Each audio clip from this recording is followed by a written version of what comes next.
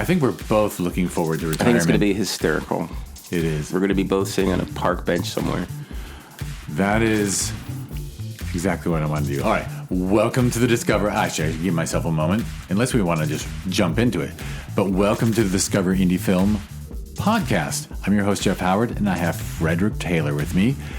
And this is just a delight. We had Fr3deR1cK and I did a podcast for his film, Pre-Existing Freedom. I should have looked up when we recorded it, but we had such a great chat. It was amazing. It was towards the end of last year. It was towards the end of last year. Fourth quarter of 2022. And it was because Pre-Existing Freedom was going to be in Season 7 of the Discover Indie Film TV series. And it is. It's in Season 7, Episode 5. And that series is on Amazon Prime Video. And the film is fantastic. It's a tradition-breaking, but it's genre-breaking, genre-busting. Thank you. Yes. It's a genre-busting documentary that turns into a performance art piece for me. I think we discussed it. And we had such a great chat, and that was on Zoom because you live in Atlanta and I live in Los Angeles. Now you are visiting Los Angeles, and we are talking in the same room, which is actually even more fun. Yeah, so we are in studio, as they like to say. Yes, in studio. It's funny. I used to record these in the office, and then after COVID hit, the kid and the wife now work from home, or the kid doesn't anymore, but I had to give up my office space and shift over here into the guest room. So sometimes I wonder if I had to start in this little tiny room we're in. I could have said from the guest room or something stupid title. No, I would have stuck with Discovery Indie Film. Yeah. Well, it has a wonderful view, too, by the way. Thank you. I made a point of putting the guest facing the nice way, and I'm looking at the gray doors of a closet. You're just the host. That's my job. I do host. I love to host. I live to host, actually. It doesn't shock me that I enjoy the podcast so much, because whether it's a game night or a dinner, like I'm that person who loves to have 8 people over for dinner, 6 to 8. Right. I do all the cooking. I do all the cleaning because it's just my thing. And I love to host. That says a lot about who you are as a person. That means you love people. Yeah. And I wanted to be a nurturing type. Yeah. And never had my own offspring. I'm a stepdad. So I just father as many people as I possibly can. We thank you for that. Thank you for your service. I think it's sometimes, I admittedly sometimes think that, I wonder if filmmakers think, why is this guy so freaking crazy and supportive?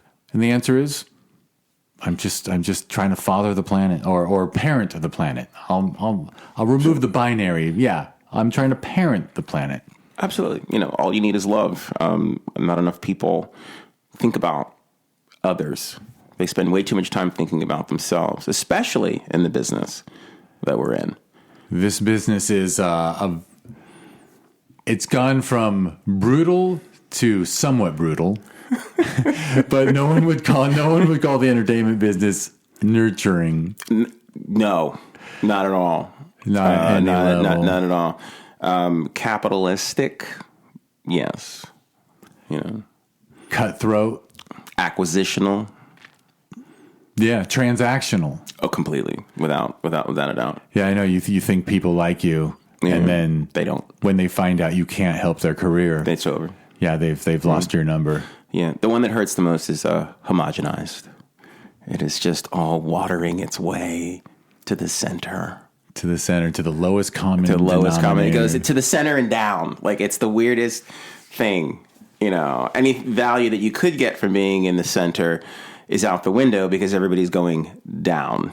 You see very little insight into the human experience that is actually positive. I mean, so you go on Netflix and it's just murder, and murder documentaries and murder this and murder that, and then an Indian film, and then more murder, and then a Nigerian film, and then murder. There's a lot of murder, and Lord knows the true crime stuff probably costs them 1/10 the cost of scripted material. That's the point. Okay, it's these true crime stuff. It's the new hip hop, because that's how hip hop was developed and created. Because all of those old school hip hop artists, they made their own albums, and then they just showed up at the record labels and said, "I have my album; it's totally done." Now whether how they got the money to make that album. That's personal. Sometimes it came right off the block and from the hood or the streets, or like the gangsters were paying for it. And then they had the album. The record labels were great. We don't have to develop this artist. It's already done. We just have to make copies and put it out there. And then they signed the death agreement with them, and then the record labels make all the money. Same thing. Someone gets murdered. Several people get murdered. And then they say, this is going to be super easy. This is going to be cheap. We don't have to really do too much. There's already video? What? This is great. We just have to do a couple interviews, throw some voiceover in it, and some hacky music. Done. Sold.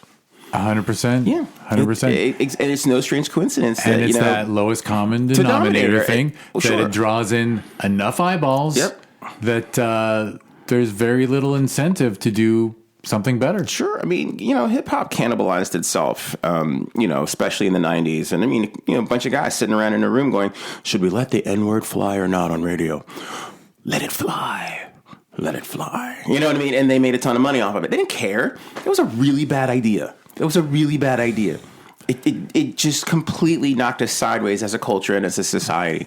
You know what I mean? Like, we would have never, and there's dirty words in every culture. None of those other ones snuck through. But this one word gets to sneak through. And it's okay. And if they had just squashed it in the beginning, it wouldn't be a problem now. Right. And it was, so I assume you are of the belief that it was a complete myth that trying to own the word, like that whole, we're taking the word back thing, we're going to change the meaning. Didn't change the meaning. You can't change would you like to talk about your culture and talk about all the dirty things that have been said about your culture? Can we take those back? No. We can talk about like Latin culture, we can talk about Asian culture, we can talk about LGBTQ or whatever. You can't take those words back. It's impossible. It's true. You can't. Even if they seem innocuous on a certain level. The F word for gay men. Still, it stings, it hurts, it's horrible. I can never imagine saying it, and when someone else says it, it just sounds terrible.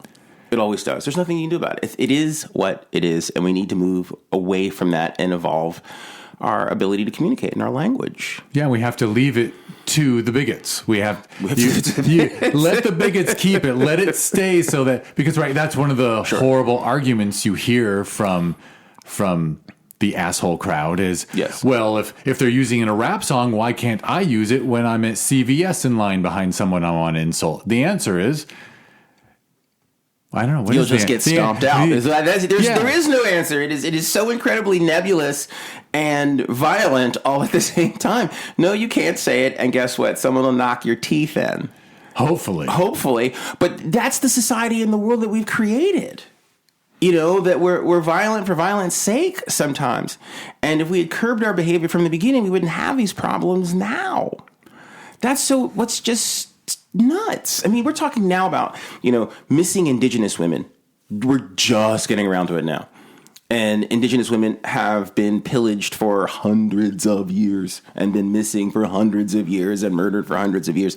And now we're just talking about it. And of course, someone's made it into some sort of series on Netflix and Hulu and all that other stuff as well. Yeah, the spotlight idea. Yeah, totally. Are they shining a spotlight on a problem, or are they exploiting? It's a tough balance. I understand. It's well intentioned. But I just saw a documentary about the Nuremberg trials that's on Netflix as well. Should that be on Netflix? Or should that be like institutions? Should that be taught? Should we be discussing that in a more academic forum instead of sensationalizing it? I don't know. Maybe. It's hard to tell. Yeah, I could see both. I could see the argument, right? Sure. That if it's on Netflix, maybe some people will learn about it. I hope so. But is it well made enough to have enough context? Exactly. Because context is everything, right? But people are always punching holes in that particular narrative about Jewish people. It didn't happen. I know. It takes my breath away. I know. Exactly. Of all the fun, we live in the post-fact world. So, even though, since we're talking about the Holocaust, even though the Germans were the best record keepers of all time and weren't ashamed of what they were doing, and they just kept all the stats and all the names and all the locations and how many were killed per day, they were thorough. It's like it's like looking at someone's bank account statement and saying, there's no money in there. And like, well, no, here's the records. And people are just like denying like the records, like the record should hold. But yeah, it's like all those Ponzi people. Like, I mean, it's all there. All the data right there staring you in the face. They did it. It happened. But then we're always so quick to dismiss the data at times if it's not congruent with our agenda. I should be a little proud of myself, not that I got famous for it, but at least 10, 15 years ago, dealing with someone in my life, I would say that person believes they believe in emotional truth. Not truth, just emotional truth. Whatever feels right is right. Right. And that's like taken over. Oh, completely. Totally. But we want it to also be exclusive to only certain people or certain cultural groups as well. Because someone said that I get a little bit too emotional about things that are related to my own culture, specific to Juneteenth. That some people don't like it, or they don't want to talk about it, or they don't like to acknowledge it, or it makes them feel weird, or some people call it a new holiday, and it's not a new holiday. It's been here forever. It's just recently been acknowledged by the government here, the same government who perpetrated this particular genocide against a group of people as well. And it took them a very long time to say, we're kind of sorry, and here's a holiday and an acknowledgement of it and stuff like that. And someone said to me that, I get too emotional when I talk about it. I'm like, how can you not be emotional about it? It's a significant moment in time that I think should be acknowledged by all people. And I said the same way I acknowledge, what has happened to Jewish people, the same way I've acknowledged the internment of Asian Americans, the same way I have acknowledged, what has happened to people in the LGBTQ community as well, or immigrants and people being pushed back across the border, or the guy walking down the street with one leg. It doesn't matter. Empathy is empathy, and it's for everybody. So, people that genuinely come up to me and say, oh, Juneteenth, what's all that about? I'm happy to tell them. But if you come up to me and you're sarcastic about it, and dismissive of it, you're going to get a different effect. As they say in the hood, I got something for you. I'm not going to have zero tolerance when it comes to that. But also when it comes to talking about, the genocide of Jewish people, or, the internment of Asian Americans during World War II, stuff like that. Like, I'm very rigid about those things. This is what happened. This is what went down. And like you said, a lot of records were kept. A lot of records were kept for Jews. A lot of records were kept for Asians. A lot of records were kept for African Americans as well, because they were property, It was completely legal. So there was nothing to hide. Nothing. And the government supported all of this stuff, or turned a blind eye until it affected them. Yeah. Until it was like their bottom line. Yeah. I mean, in the case of Juneteenth, right, it was just ignoring what Texas was choosing to do, right? Exactly. So at the federal level, they said, well, I have actually never seen anything at the federal level of all those years that Texas, just basically just lied about freedom. Like the Emancipation Proclamation didn't happen. Exactly. You're not free yet. Yeah, exactly. Sorry. You got to keep... Or not sorry. Not sorry. Just right. Like, by the way, people inside our borders, not free. We don't care what the federal government of the United States... It's Texas, isn't it? That we fought to join, sure. Right? Like... The Republic of Texas. It's funny. When I was in Austin the first time and there's a Texas museum there, and that was the first time I learned how full of shit Texas is, that they were never the whole, we were our own country at one point. That was like for a minute. Yeah. They left Mexico and were begging to become part of the United States of America, like from the beginning. And this whole idea that they were ever their own country, that's just... that's like someone who didn't get into Harvard, and then like over time they've convinced themselves, no, I got accepted. I just didn't go. Like, Right. It's just a myth. It's just bullshit sure. myth that they tell themselves. We live in these myths all the time. You know, we make songs about it. We have pledge of allegiance to it at times. Like, we love the myth. Oh, say, can you see? You know, like, we recite these myths and they become very cultish and we all know it. You know, we can all hum the same tune together. You know, it's haunting at times, you know, how we have motivated ourselves to move forward and been very dismissive of the truth.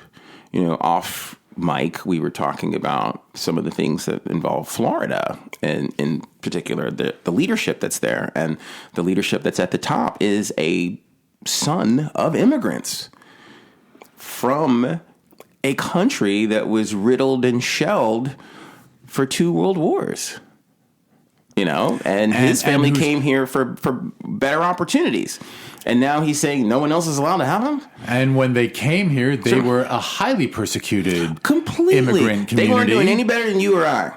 We were all standing in the same bucket. They were treated as if they were not white by the white Protestant power structure of the nation. Sure. They said these Catholics, these are scummy Italian Catholics. Exactly. They pushed them into Irish neighborhoods, and then Irish gangs and Italian gangs went at each other until now, of course, everyone I know who's Italian is like, everyone is a mix of Italian and Irish because they were just shoved together in the same communities for... Yeah, but they come from the same area of the world that you and I come from. And the fact that he pretends, or anyone pretends, that they have some birthright in the melting pot, like, it's so interesting to me that I was taught about the melting pot as it was an inspiring concept, and that so many Americans don't see it as an inspiring thing. They see it as, if I was born here, then then this is my country and it's not yours, even if, you know, your family could have been here longer, but it's very weird. Oh, it's totally weird. But, you know, he would probably invite the star running back from the Miami Dolphins to his house for a party, you know, as long as you're being commoditized, you know. Oh, my God. As long as you serve a purpose or a role. I feel like that's a segue into the fairly recent senatorial race in Georgia. Without question. With running backs and political organizations taking advantage of people who they're just trying to access their fame and use it. Exactly. I mean, Herschel Walker, that was a trip. That was lights out. That was just and scary as fuck. How close it was. Scary as fuck, and so blatant and so obvious and so in your face, daring you to say anything. And the horrors of it is when Ossoff is up for re-election. Are they going to try and go find a turncoat Jewish person to run against him? Is that possible? I mean, they took a big swing at the plate with, you know, Herschel Walker and black people. They have no shame to their game. Is there someone Jewish out there that is willing to throw their entire culture under the bus? I would assume there is, but I'd also assume that they might go for Herschel again because he was so close to winning. How could he not beat a Jew? Nice. I mean, that's funny. That sounds like a punchline. And I say that as that sounds like that sounds like a horrible joke. If no one can tell, yes, I'm Jewish, but how can my understanding is we're not well trusted. No. by most communities. No, which is one of the greatest unfortunate media campaigns of the 20th century. I don't know how that happened. I was shocked. I remember being a kid thinking, why does everybody hate Jewish people? What did they do? They're really nice. All of my Jewish friends and their moms are so nice to me.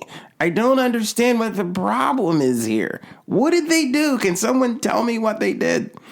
You know, and then they say, like, oh, we killed Jesus. Killed the big J, yeah. Killed the big J, you know.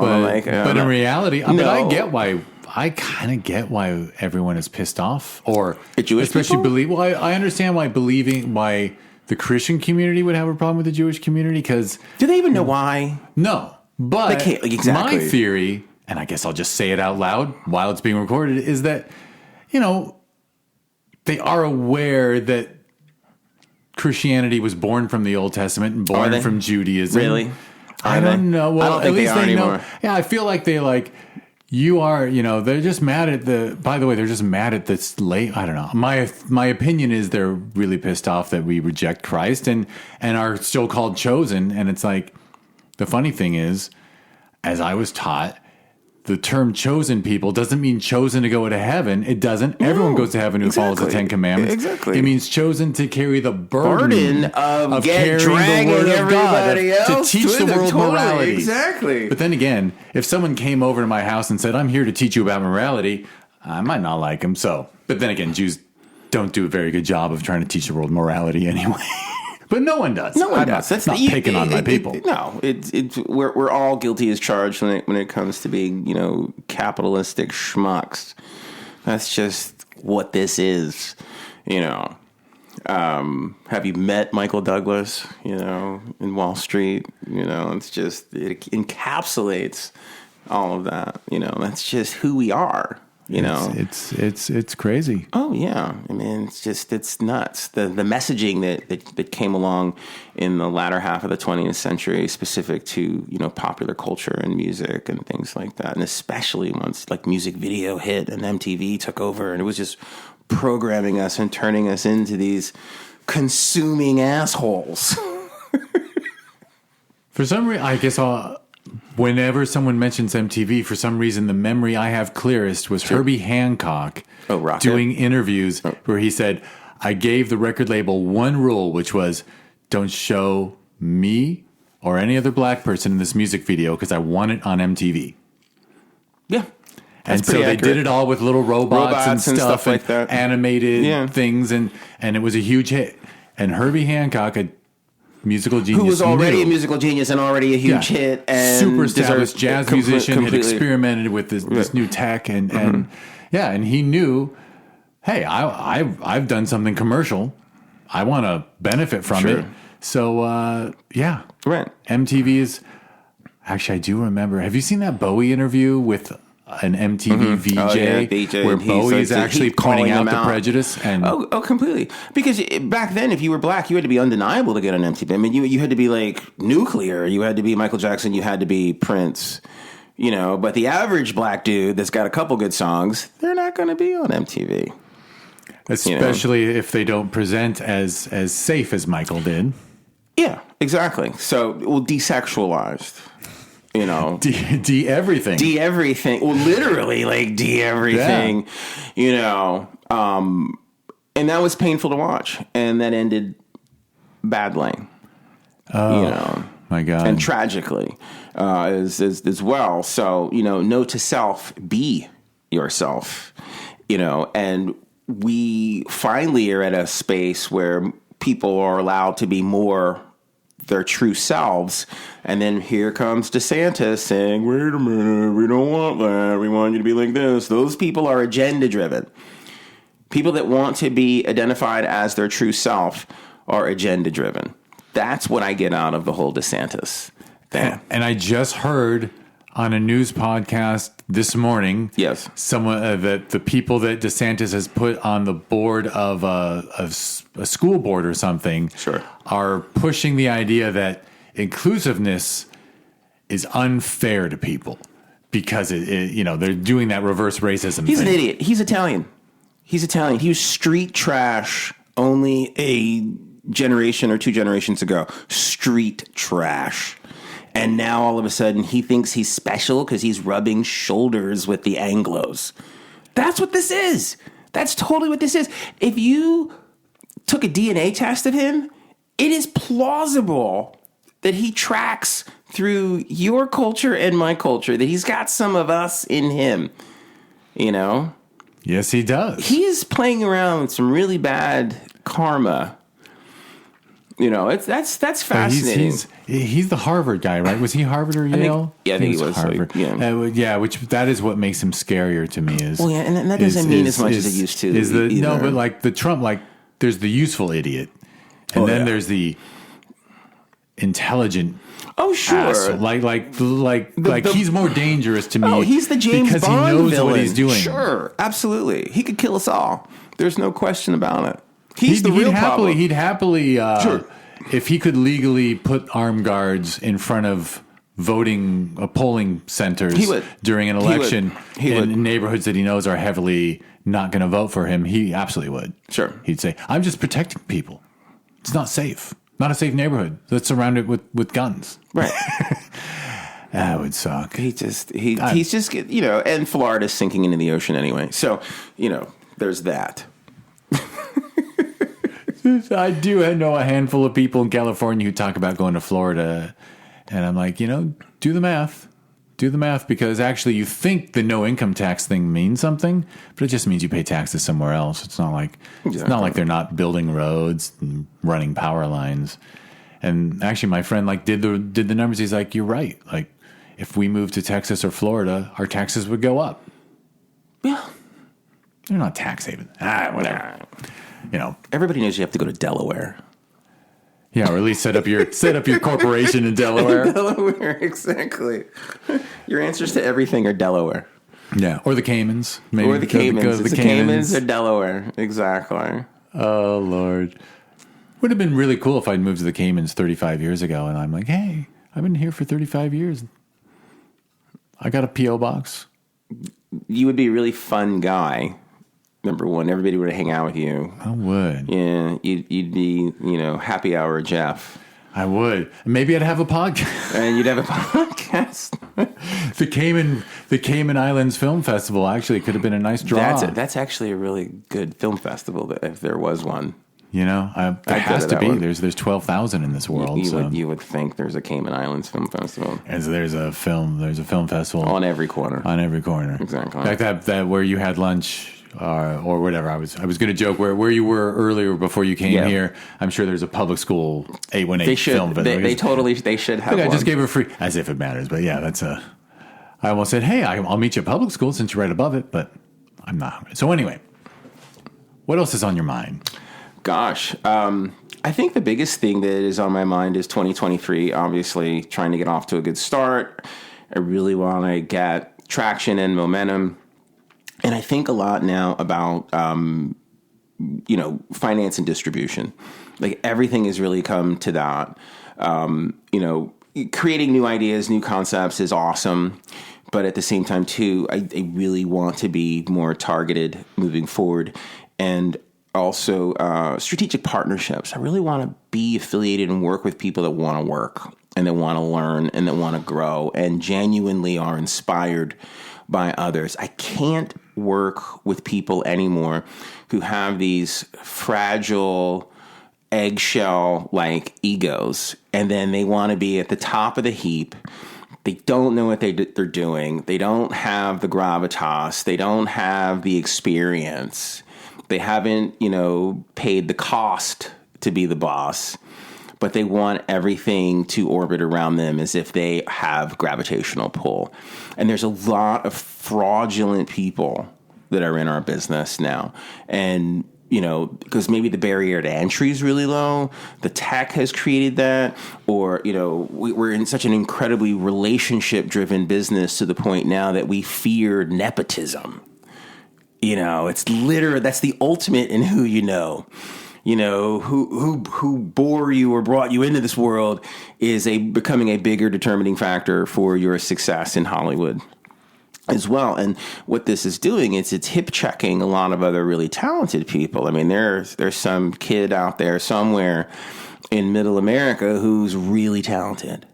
Are we going to be missing these people now? And then that kid also might be transgender. That kid also might be gay, And that kid might move to LA and exactly. with lack of connections, end up working at Starbucks and pay rent in Burbank and just have a life. But I know actually, because a generation ago, it's like I won't name names, but right. I know a young person who I met through the film festival who went to a posh middle school, high school, private school here in Los Angeles. She was able to attend because her father was a teacher there. Right. I've now risked outing her, but right. And I think I have an idea what school it is too.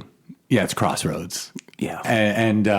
And she was going to school with, Dennis Quaid and Meg Ryan's kids. And, and she explained to me how in the school plays, those famous kids were not the most talented, and the teacher put the most talented in the leads, and those kids were window dressing on the stage.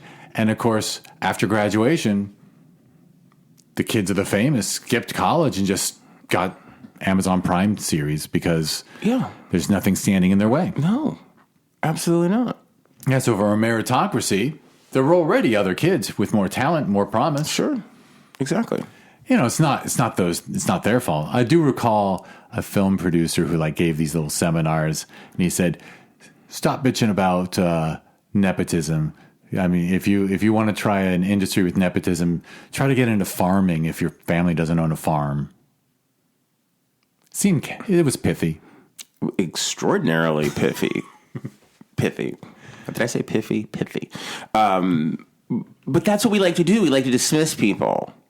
Oh, stop your bitching. Stop whining, whatever. Buck up. Work harder. Dig faster. Nah, that's just a smoke and mirrors act so they can maintain their... It's dismissive. And you can get into farming. You actually can. I know people who have. Absolutely. So there you go. I know people that do really well at it. See, it's like all those right-wing bullshit things. They just talk out their ass. Sounds good, right? And then when you think about it, it falls apart. Well, that's the point. That's the charm of being conservative is to don't think about it. Don't think. I actually completely disengaged from, I guess not all social media, but Facebook, because one line of bullshit takes 17 paragraphs of explanation to disprove. Right. And that's a fucked up ratio. I didn't need to play that game. I got suckered into trying to explain things to people and why, that little blanket statement they just made actually doesn't hold up. Right.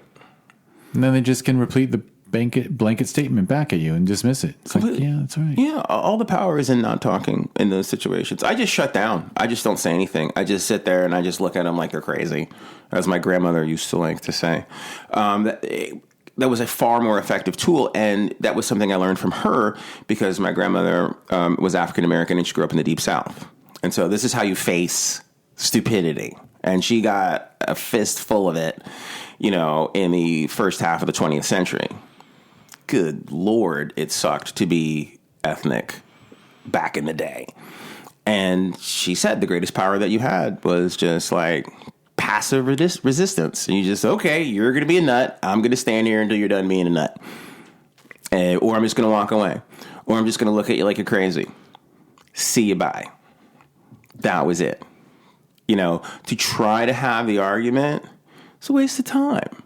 I mean, that's what made Martin Luther King such an amazingly interesting and special person, but burned him out by the age of 39. And, he got a ticket out of here at the age of 39 as well. One of the great stories that I had always heard about Martin Luther King was when they did the autopsy and they opened him up. They're he had literally had the insides of someone who was 70 years old. The amount of stress that he was under. It is stressful to combat ignorance, and you just get tired of it. It's just it's toxic. It's like drinking a poison, and it comes at you from all different directions and sides as well. And the most important thing you can do is just step away, and it's really hard. I mean, I watch people, I've got kids that are in my office and some of them are Jewish and stuff like that. And especially the young girls. And, they talk about looks matter and all this other stuff. And of course they're kids. And of course it does, these girls are they will sit in my office and they will be on the verge of tears saying, oh, I'm not pretty.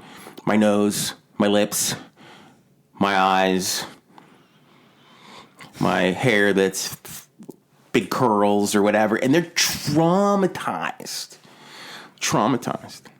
because they so desperately don't want to buy into that particular standard of beauty, but it still sucks them in. So there's this really great restaurant that's near my office that's Jewish and Greek, and I like to take them there. And everyone in there that works there is Jewish and Greek and Black and Latin. And they go in there and they're showered with, "You're so beautiful. You're so lovely. Oh my God, Freddie, you always bring in all of your pretty little intern girls in here." Like, and they're just like, "I can't believe all these people think that I'm so pretty and all this stuff." Because you are. It's who you're talking to. Walk away. Like, why do we obsess about thinking we have to seek approval of these assholes when there are so... And my grandmother used to say this all the time, there's so many fish in the sea. There really is. Well, the beauty standards thing, I'm nodding at Fred like crazy because it's killing... It kills me, particularly raising my stepdaughter and the stuff she's faced with social media and beauty standards. And it's funny, one of my favorite things I ever heard, I went to see David Sedaris, read from a book, and he gave a commencement address where he said to all the college graduates, "I want you to know something. You are all beautiful. You're sitting there at age 21 looking at your peers thinking, oh, I'm not the prettiest, oh, I'm not that. You are all beautiful people, and stop comparing yourself to your neighbor and compare yourself to us old fucks because you look way better than us." But it was absolutely lovely people walk around feeling like they're trolls. And in a society that judges it, I've tried saying to the kid, I'm like, looks aren't important. Like, and she goes, "Yes, they are." And I go, believe it or not, in dating, what the person looks like stops mattering by the third date. Like, you have to like them as a person. Sure. Maybe that first conversation happens because people are attracted to each other. But I don't know. But it's like, I like to say also, in addition to that, is that, perception is 9/10 of the law. It's how we're perceiving these things. It's where our mental state is. It's what's going on in our lives. It's the environment. Are we feeling good about ourselves? Are we doing well? Those are the things that really matter and help us to decide whether or not, we're attracted to someone, or someone is beautiful, or someone is pretty, or they're the right person for us, and things like that. Because there's so many things that people offer, and you've got to be able to investigate these things in order to find yourself inside of this other human being that you're going to seriously consider becoming close or intimate with as well. I mean, and we've all been there. We've found someone, oh, they're so pretty, they're so amazing, and blah, blah, blah. And you bring them into your life and you're like, this person's a ding dong. Oh my God, there's nothing there. And those are some of the worst relationships to be in, where people are like, oh my God, your girlfriend's so pretty. Or, oh my God, your boyfriend is so handsome and he's so gorgeous. And then on the inside, this person, can't do anything except look pretty. And now you're trapped. What is that? Is that what you really want? Is that how you want to go through life? The great stories of Barbra Streisand, you're never going to be anything in this business until you get your nose done. Wow. Were they wrong? Yeah, so, absolutely. Imagine what the world would have been like if Michael Jackson had just kept his own looks, his own skin color, his own nose, his own lips, his own eyes. If he just said, no, this is good. This is good enough. He would have ended up being one of the greatest human beings that ever lived. Yeah, and if he'd had the family support, and it's all of those, and the corporate entity running his life actually cared about him, because it was all so painfully clear that it was the result of abuse. Oh, it's obvious, and a level of abuse that we still don't know completely what the truth is, and that it's going to still take some more time, and probably some of the people that are closer to the center of the family will need to start to age and pass on as well, and then a lot of this other truth will come out. So it might be a tell-all book by Tito Jackson someday that we find out what all of this was really Lord about. Knows what the siblings are carrying. I mean, the poor sisters clearly took a lot. Well, completely, without question, and in those types of environments, the people that get damaged the most in a lot of instances are, the females as well. So, and the mother is still alive, and it's just, she's looked heartbroken forever. Like, I know her as nothing other than a heartbroken woman. Like, the amount of stress that she's been under, having all of those children. number one, which is completely insane and out of the box. But secondly, having a husband that, is, I think it's perfectly okay to debate that he was someone of questionable integrity. I think there's enough circumstantial evidence that points in that direction as well. So I can only imagine what she went through, Yeah, and what the kids went through, knowing what Dad was up to. What Dad was up to. I don't think he was very subtle about the affairs. He just did whatever the hell he wanted to do. That was very clear as well. And then Michael was obviously the runaway, talented person in the family, and everybody else was sort of second fiddle. Janet's a close second, but it's still, at the end of the day, it's still Michael. But those two were completely in different orbits than everybody else was a supporting cast member. Now, Jermaine might want to have a word with me, but, outside of that, I don't think anybody else was really prepared to go step out on their own and build their own careers. So that was intense. That was a highly competitive, family. I'm sure the Osmonds were like that as well to a certain extent. I suppose. Yeah. I don't know. Whenever I see the Osmonds, I just think some record company executive said, all right, Jackson 5 is making a lot of money. We've just got to get the white version. We need a white version. And of all things, a Mormon family. And once again, the two youngest come up and steal the spotlight again. But no one ever said a Jewish version. No one ever said, we need a Jewish version. We need a group of Jewish kids that get together. It's like, no one ever does. It's always it's always a white version. Isn't that weird, though? I just realized that. Yeah, they always go get a white version of everything. That's sad. Is there like an agency out there that's like the white agency or something, and they call them up and say, listen, we need this Beyonce thing is out of control. We need a white Beyonce. What you're describing would actually be, oh man, I'm losing a word again, but that not parody, when comedy does social criticism. Why am I blanking on this word? I love, I think a film that you saw in the Discovery Indie Film season 7, The Wapidemic.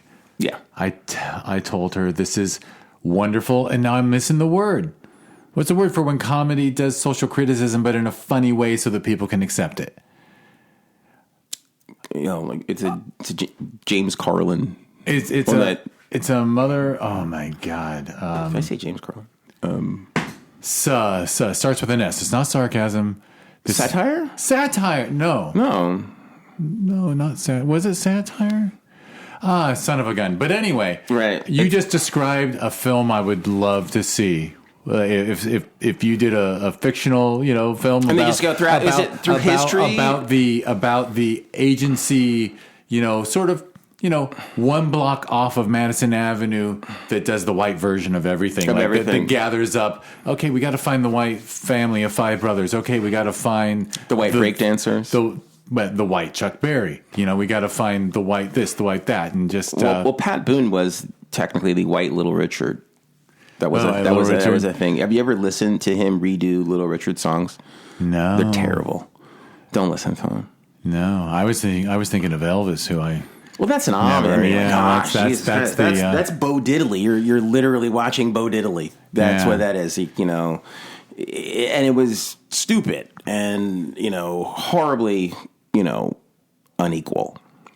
He was allowed to come to black clubs and steal, but we can't go to white clubs. Or back then you couldn't.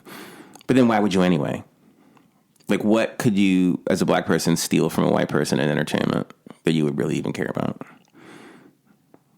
I don't know. We're at a loss. I don't know. Clogging, maybe. River dance. I don't know.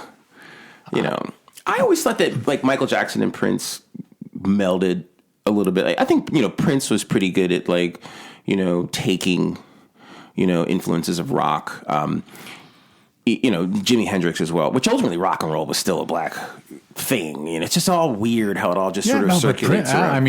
I mean, I'm happen to be a Prince nerd, but like Prince even, you listen to a Prince album and like there's moments that are actually pure Zappa, like almost really completely. Complex moment compositions where he just hits you with a shit ton of notes going atonally, like he threw in he musical genius, sure. but that's not appropriation. That's just that's just the evolution of the genre composition. Yeah, sure, absolutely. It's musical genius without question. But there's definitively so much appropriation that has gone on throughout the years. I mean, you listen to The Voice and all this other stuff, and you see the white kids that come out, they sing like black kids. You watch America's Got Talent, and the white kids come out and they dance like black kids. Nobody young sings like a white person anymore, and nobody dances like a white person anymore. If you are and you do those things, that's called country. That's where that's done. And that's why country is beloved by a certain segment, huh? And good for them. And they should have it. But they should also know that the banjo is an African instrument, and that country music was developed through the African American and Latino communities in addition to the Irish immigrant community. That's the triangle for country music. But that is a world where, once again, this sort of conservative agenda is street sweeping the ethnic influences within culture, so they can kind of claim it for themselves. And that's sad, because those are the people that are going to get left behind and left back. With or without reproductive rights, they're never going to have enough babies. Most babies are going to be brown. And that's a reality of what this is. And just circling back again to a lot of the Jewish things too, because they say a lot of stuff that's like, the Jews, they control this, the Jews, they control that, blah, blah, blah. They control all the money, blah, blah, blah. No, I don't see that. I have friends who are Jewish that are very successful. And I have friends that are Jewish that are broke as a church mouse. I mean, I got friends that are Jewish and I'm just like, you need some help? You okay? You okay? You okay? You okay? You know what I mean? Like, it's not, we experience all of the spectrum of life. I have black friends who are liquid $100 million in the tech industry, all the way through the entire scale. I have Asian friends that do really well. I have Asian friends that are like, checkout people in grocery stores. Like, it's like, whatever. These are just all stereotypes that are not true. And once again, it's just, they keep looking for something in every culture to hang it on them in order to pull them down. And that's what they've hung on Jewish people. Where they steal, they're thieves. They take everybody's money. That's what they are. They're bad people. They're evil. And they kill Jesus and all this other stuff. They got to figure out something, because they got nothing else on them. Agreed. Right. I have a funny thing to share about a way I deal with that. I have a friend who's actually a really, really talented drummer, and he was saying how, he said, you got to admit, it does seem like Jewish people are overrepresented in Hollywood and in the entertainment industry. And I said, that's where? He's like, and I said to him, but I said to him, well, but just like, the black community is, the way the black community is represented in the hip hop world, because they invented it. Jews are overrepresented in Hollywood because we invented it. You did, exactly. We literally because we couldn't get in any of the trades or any other unions, so we created Hollywood. You literally left New Jersey. So you left New Jersey and you came out to the West Coast and created Hollywood. And a lot of Jewish German immigrants who were part of the early German cinema. Sure. So they came out to Hollywood and they liked the weather. And you about cinema. And they started studios. All the cameras, all the stuff. So of course they gave all their friends and relatives jobs. So yeah, we are overrepresented in Hollywood. Invented the recording of sound. We use Sennheiser microphones. They did. Yeah, and the cameras too. Completely. And the Zeiss lens, everything. And the film styles and all kinds of stuff. Cinema verite, mise en scène, whatever. You know what I mean? Sergei Eisenstein and Andrei Bazin, they was all Jews. They created cinema. They created film theory. They invented it. They created it. They did the foundation of everything that is cinema. That I wish people would spend more time studying Jews about cinema so the movies would be better. Because we've forgotten all that now. We make crappy movies now. That's true. That's the commoditization you go back to. Completely. We could just like we could stand a good soul music class. Do you know what I mean? I think that would help us out musically in this country. You know, we need to study these cultures, in particular in the entertainment business specific to the Jewish community and the African American community. They could really teach us something. You know, and it's not any coincidence that collision between the African American community and the Jewish community happened in music and specific to jazz. There is just so much cross-pollination of those two cultures when it comes to jazz, and also the explosion of black music as a popular cultural art form as well, specific to the 1970s, like Arista Records, Clive Davis, you know, Philadelphia International Records, all of that sort of high-powered soul music of the 70s, you know, the Sisters Sledge, We Are Family, Ain't No Stopping Us Now, McFadden and Whitehead, the OJs. Those are just a bunch of Jews and black people hanging out in a studio making music. You know, no Jews, no blacks, no Soul Train.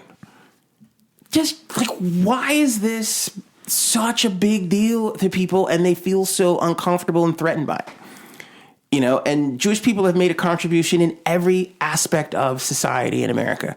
So have black people. So have Latinos. So have gay people. So have Asians. And there's some conservatives out there that are okay too, that have done a few things that are. It's everybody's a part of this. I don't get it. I'm so over it. And I just wish that people could spend a little bit more time appreciating it. And it's the cross-sectionality now of film and music that is where all of the exciting space is. That's what makes your program, you know, Discovering Indie, awesome. It's cross-sectionality. You get on there, you watch seasons, you watch episodes and stuff like that, and you're seeing all these different films from all these different backgrounds and all these different places. That's real cinema. Not this homogenized stuff where you're sitting around waiting on the next Marvel movie to come out. You know, that's a joke. And one or two out of 20 highlights someone who's not white. Right. Exactly. Will there ever be a Jewish superhero, Marvel superhero? No, no, because Superman's Jewish. Is he? Yeah, Superman. His name is something in Hebrew, Karel or something, and oh, that's right. And he was based on the Golem myth, right? That's right. So a couple of Jews. That's right. In fairness, I shouldn't take credit and say I'm obviously being sarcastic when I say Superman was Jewish. But Superman was created by a couple of Jews who based him on a Jewish hero myth clay monster who defended Jews in the ghettos during the pogroms. So see, that's awesome. But that's not shared or commonly discussed or thought about. And no one would acknowledge that this blue-eyed, perfect guy with a little curly Q here. That's actually his Jew-fro with some grease in it. Well, Lone Ranger is a black guy. The real Lone Ranger in Texas was a Texas lawman that was black. And then when they were like, okay, we're going to turn this into a radio program and television and movies and all that, so okay, we got to go white. That's what it is. But the movie to make is the one that you just said. That's interesting. I want to make that superhero movie, and then I want to go back. I want to make the Lone Ranger, and I want to make him a black guy. Those are two. We just thought of two great, interesting films. They would be great. That are at the cross sectionality of race and culture and truth. How about that? And that's what executives are afraid to do. Even though if you did it, you'd make it, people would love it. They would be completely into it.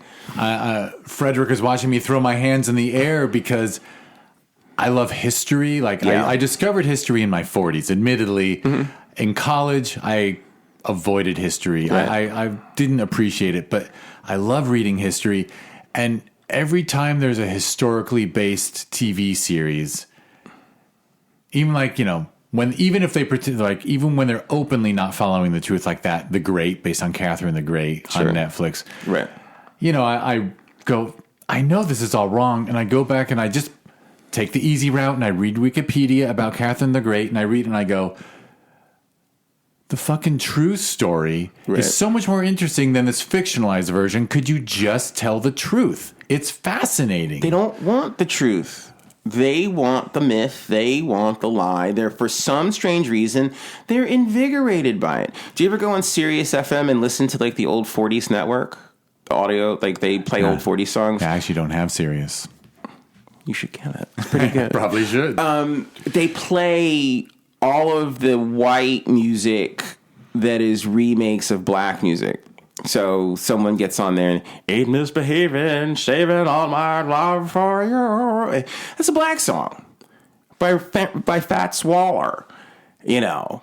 But they won't play the Fats Waller version. They only play this sanitized for your protection. So there's white a Sirius version. station that literally they play white music. Focuses on the white music, the popular music of the 40s. It's 40s on the Sirius Radio Network 40s, and Right, they have playlists. And the only time they play the black music is like they'll play, you know, Count Basie, Ella Fitzgerald, only the black stars.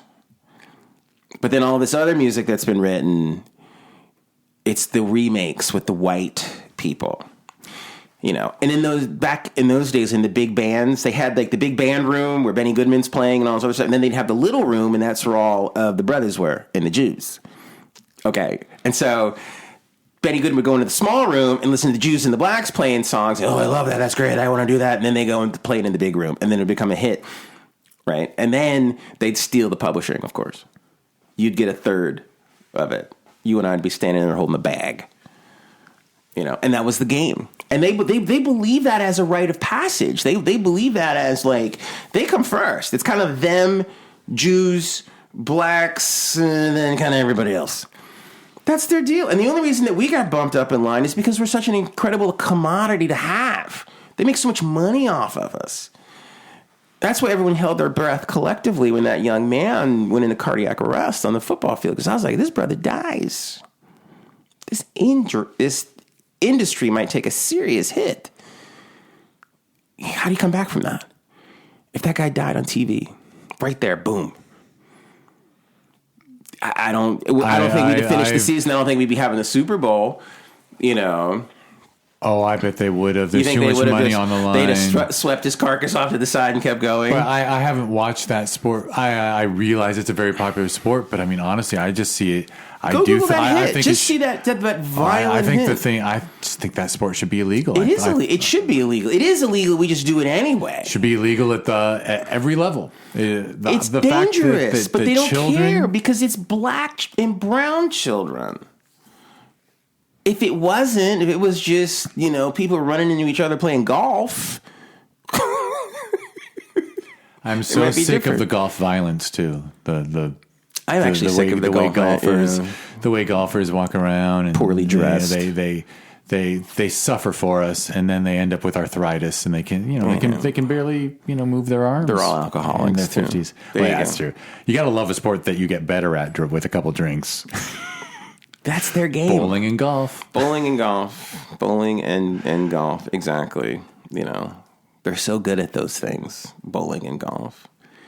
And then they get mad, you know, when you drag them or you disrespect them or you make them feel bad. I got in trouble once because I wore a Trump costume for Halloween.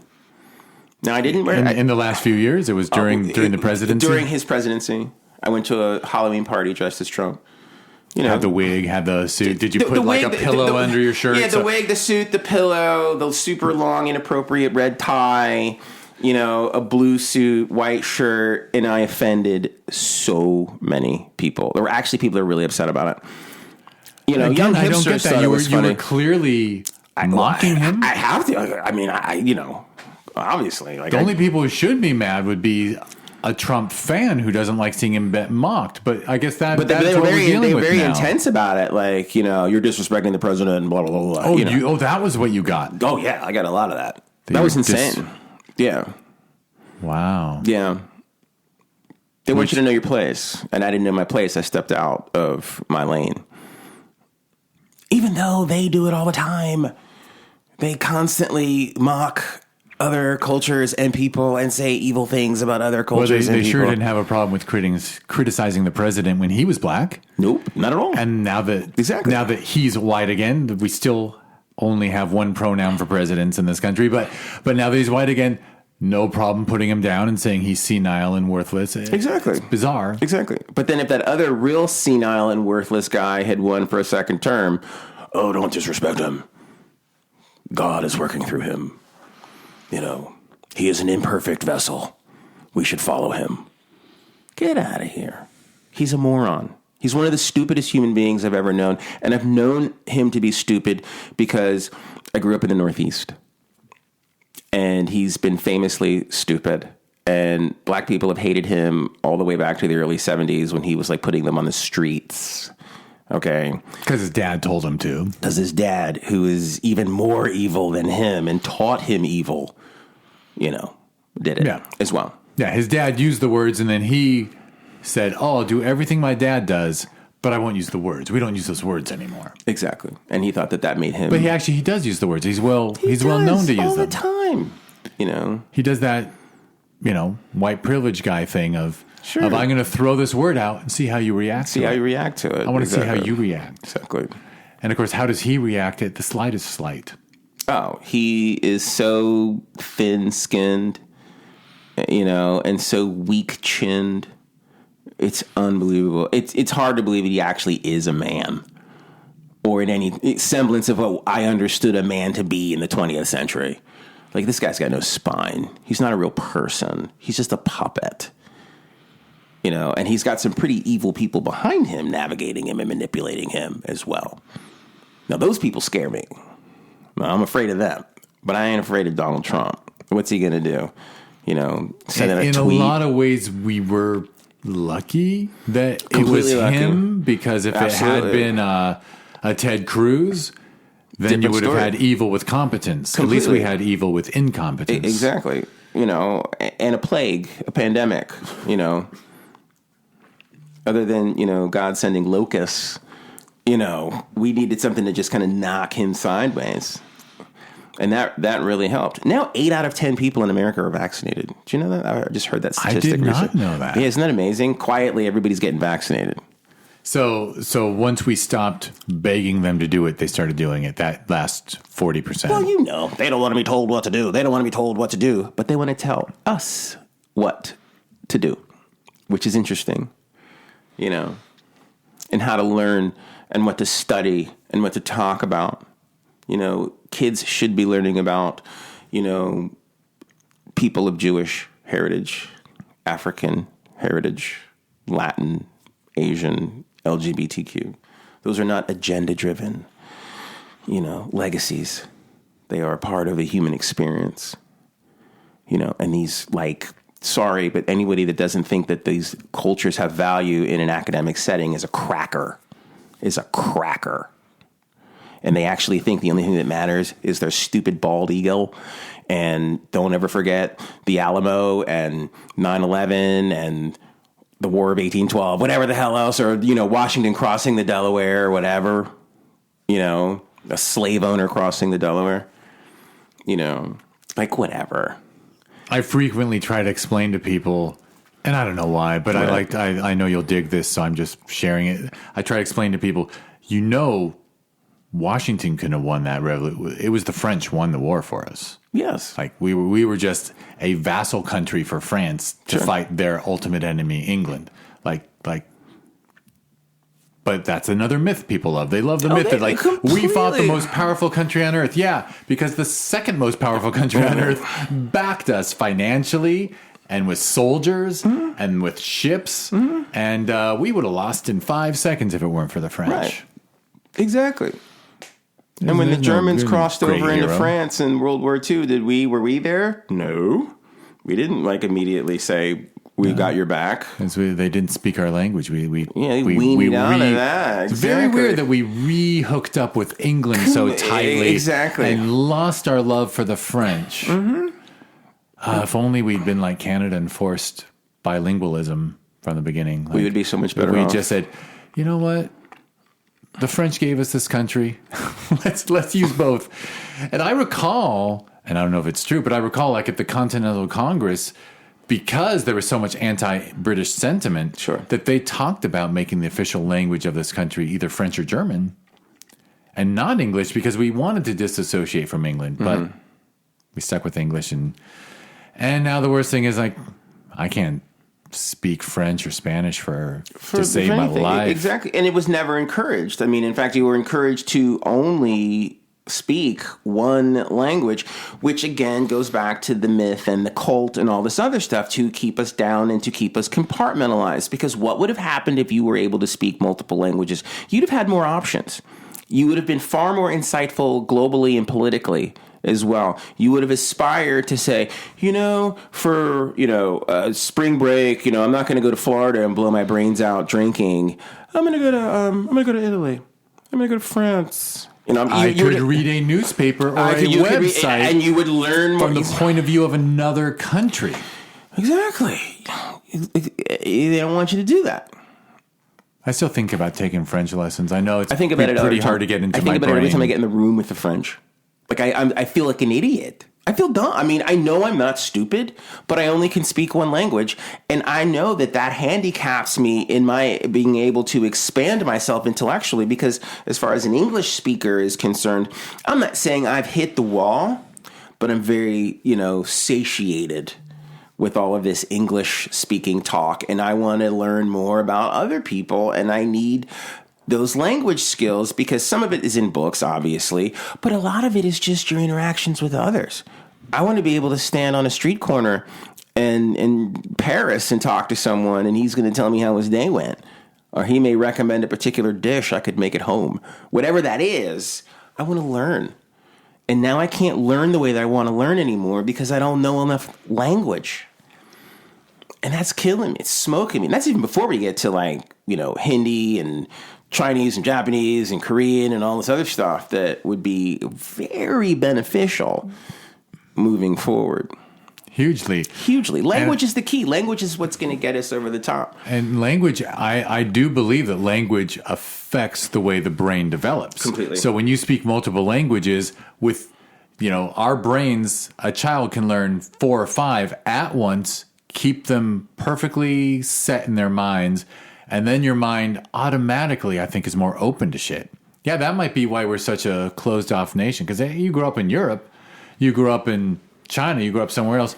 Everyone has a couple languages because you need them. You need them. You couldn't survive. They can't do the things they need to do unless they can speak their native tongue and they can speak English.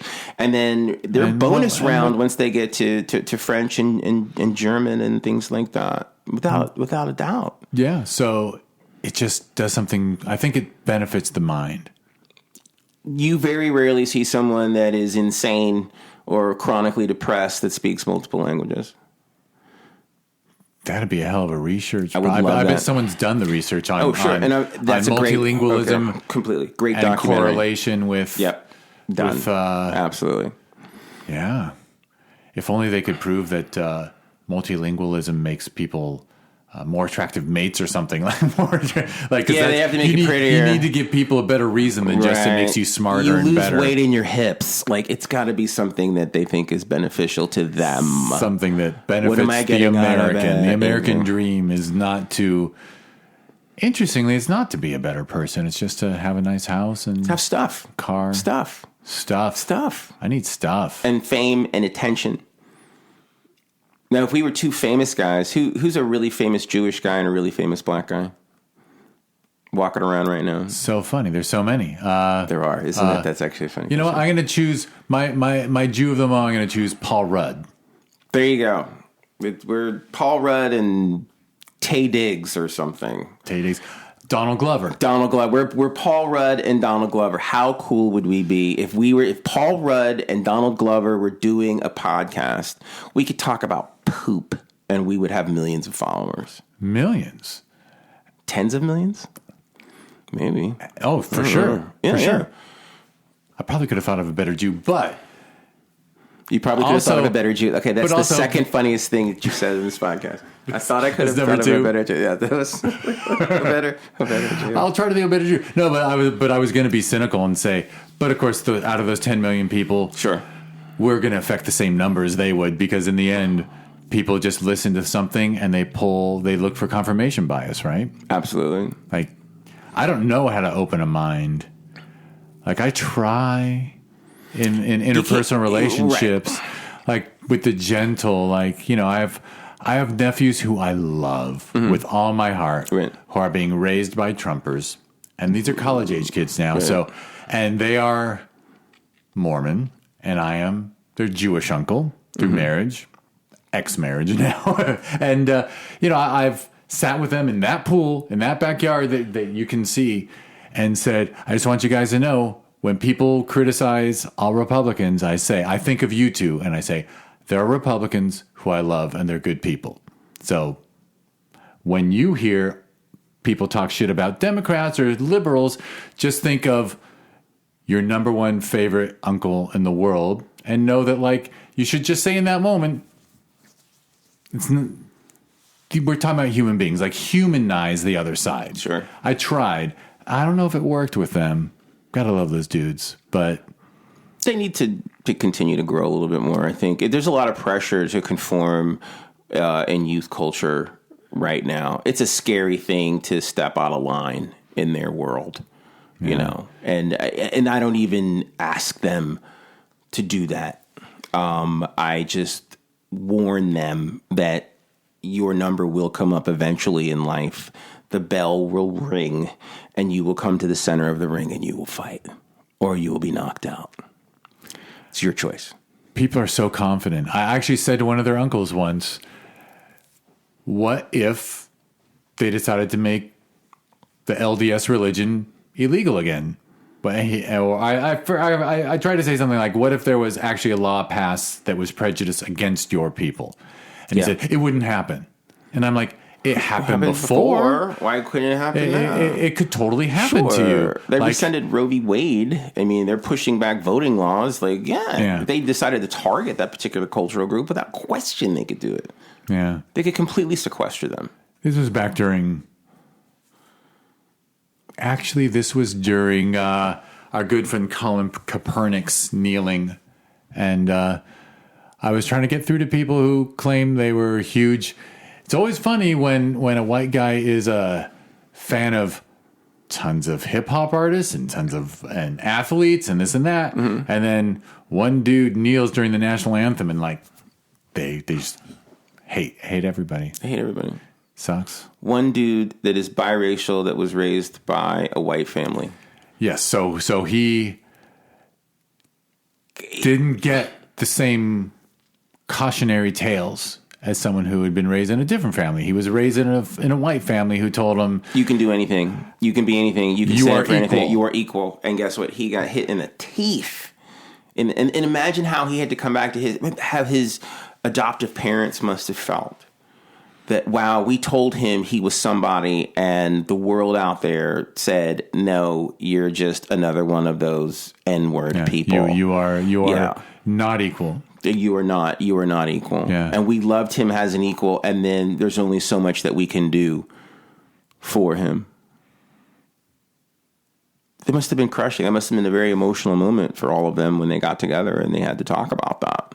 I'm sure they did. Because they thought they were really helping this kid and saving this kid. And they can only save him so much. And that there are limitations in this society. And you know that. I know that. There are so many other people out there that don't know that. And you do open up minds. You just don't do it in real time. I have the same problem. I'll say something to someone. They're never going to tell me in the moment. It's a week later, 2 weeks, months, sometimes years. And they go, you know that thing you said to me? You really changed me. You know that film I saw that you did? It really profoundly affected me. But not in the moment. We don't do anything in the moment anymore. You know, you could say something to me, I could say something to you, and we'd go, oh, wow, that's really good. That's a great idea. Thank you. That's awesome. Yeah, it'd be great. People don't communicate like that on the regular too much anymore. They always think they're right, and they have to go mull it over and then fall down 25 times and hit their face on the pavement, you know, before they go, oh, wait, they were right. I should look both ways before I cross the street. I should have just listened to them in the first place. We don't have that anymore in our society, where we're helping each other and we're playing it forward, you know. One of the things that's really fascinating about Jewish culture and African-American culture to me is that we both believe that God speaks through us, you know, that you can say something to me that could be beneficial to me and that it's coming from on high. Now, God doesn't like call me up, talk to me directly. But you could say something to me that could profoundly change me, or I could say something to you that could profoundly change you. You know, that's how it works. And we've lost that ability to be able to communicate on that level. We don't listen to each other. We're terrible listeners. Film is the ultimate in listening. You have to shut up, sit in a dark room, and listen and watch. Who does that? They don't want to do that. I think you've brought us to the topic of American narcissism, that people do just want to shut off and nothing comes in, just I'm perfect. Yep. Everything in my mind is all I need in my mind, yep. and I just don't need to change. Right. Although I'd like to think that subtly things get through. Subtly, they do. They seep in. I mean, it does happen because you can't keep it out, you know. But you waste a lot of time. And time is precious. And we've lost the value of time as a precious gift. Because we're all obsessing about, you know, bleeping off all the time and having a good time. And, you know, where are you going to go see the Super Bowl? And you want to go get drunk, or let's go to happy hour, or, you know, all that crap. You know? I'm guilty of it. I actually have reached that point where, I don't bother trying to enlighten or educate because I know that it's just the time it will be lost because, You're better off like continuing to do what you're doing now. I can allow, you know, I mean, there was something I was going to say the other night when we were together the other night with your two friends and I won't use a name, but the person sitting next to me, I could have said something. I was like, maybe I'll try to enlighten her. And I thought, she's not going to listen to me, so I'll leave her be. Maybe that's wisdom, but boy, that's a cynical form of wisdom. That's how we are navigating and getting through right now. And that we're back to my grandmother. My grandmother, your grandmother, you know, our ancestral lineage. That's how they got through. That's how they dealt with all this stuff. Okay, well, I'm not going to really say anything about that, you know, because I'm here to fight another day. Absolutely. You know, if they get set on fire, I'll get some water, you know, but you got to let the little things go sometimes. And that is wisdom. And I think that's extraordinarily profound. And I get that because the person that you mentioned, I know that person and I've felt the same way at times where I'm just like, okay, I'm not going to say anything. Let it go. Yeah. If you sense someone has an open mind, then you do share things. But if you sense someone is quite confident in where they're coming from, leave them be. Leave them be. Let them, you know, and I've gotten into it. We've debated, you know, identifying someone as black versus identifying them as African American. And she asked me, which delineation do I prefer? And I said, I like African American. I don't like black. And she said, well, why not? I think black is perfectly fine. I said, that's for you. If that's how you would like to identify that particular cultural group, that's on you, but I don't. And she said, well, why don't you like it? Because I said, I was very traumatized growing up as a kid because black meant bad. This many black kids go to jail. This many black kids are on drugs. This many black kids have committed crimes. This many black kids can't pass the SAT. This many black kids are playing sports. Black kids, black kids, black kids, black kids, black kids. No mention of heritage. No mention of like being from Africa or anything like that. And then I went to Africa and I remember being around a lot of Africans and being like the weird American guy in Africa and being of African descent. It's an awesome feeling. And I think someone such as yourself can relate to that too, being a Jewish American and you say, okay, I'm going to go to Israel. You know, then you're like the weird American person hanging out with your tribe. And I'll never forget it. Someone in a village in Nairobi, Kenya, and the village was called Mukuru Kujenga. And his name was Mark Deck. And he put his arms around me one day and he said, I want you to know that you are more African than you are American. And don't ever forget that. That helped me as a person. So if we're going to really get into this, you know, I'll take African for 500, Alex. I'm good with that. You can call me African. Right, just leave off the American. Leave off the American, because that's where I'm going. That's where I'm drifting, because this American thing's getting a little wonky. So I'm like, nah, I think I'm going to be African if we're going to be specific about it. I finally learned what my tribe is too. I remember I would you fly into LA and get on the shuttles, and so many of those shuttle drivers are ethnic. And I would always get like an African shuttle driver, and he would always turn to me and say, "Which tribe are you from? Who is your tribe? Who is your tribe?" And I'm like, Southside Chicago? Like, I didn't have an answer. I didn't have a good answer. And then finally, through DNA testing and all this other stuff, I found out I am Bantu. And I am proud of that. So now I have an answer. If he asks me, what tribe? Bantu. That's wonderful that science allowed you to know Absolutely. that because your family tree was cut off. Cut off. It's a cliff. About 1870, cliff. Nothing. Yeah. No last nothing. No first names, no last names, no nothing. Just boy, girl shipped here to this plantation. And that slowly fades into the distance, and that's it. And you don't even know what's going on. Yeah. Right. Yeah, you get to go from Chicago to the south, and then, but thanks to this DNA testing, now you know Bantu. Bantu, I'm a Bantu, which is wonderful. and I love that. And you just did make me. So that's my big wake up so far is to know that because same thing happened to the Jews, right? My family history stops the moment the first generation that left Europe. Right. We know where they lived, and we don't know anything about anyone past that person because everyone who came before them, the Jews lived in tiny little villages, put somewhere by a Polish king, or they were put in the war zone in between Russia and Poland, basically, like whatever. But yeah, there were no records kept. The governments they just let the Jews live in little shtetls there. But yeah, so no records, no nothing beyond, in my case, the first generation that moved here. Yeah, and but I always knew. The tribe. I always knew Jewish. Sure. Like, had that identity. Right. I do remember, funny thing, as a kid growing up and going to synagogue, there's one time they put us in the massive rec room, right? Like, probably, I don't know. It feels like 100 kids by my memory. It was probably 40. But they told us to each go to a corner. One corner was American. One corner was Jewish. One corner was, I'm forgetting. But it was like, go to the corner that your identity most fits your identity. And I walked to the American corner.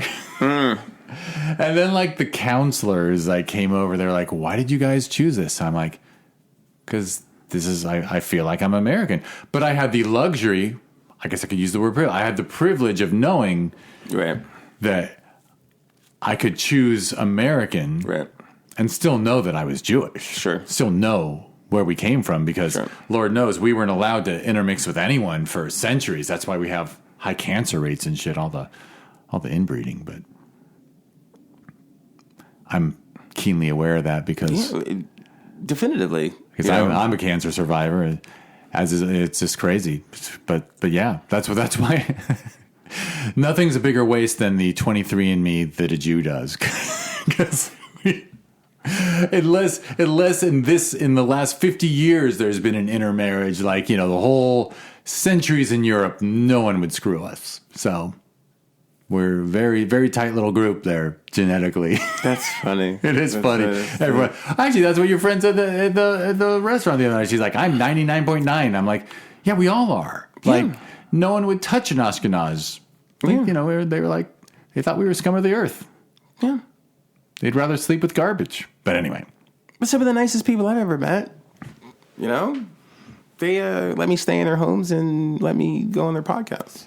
There's always I know, I grew up, my era of being a kid in Los Angeles, we had the great Mayor Tom Bradley. Yes. And he was solely in office because the black community and the Jewish community united and kind of ran the city.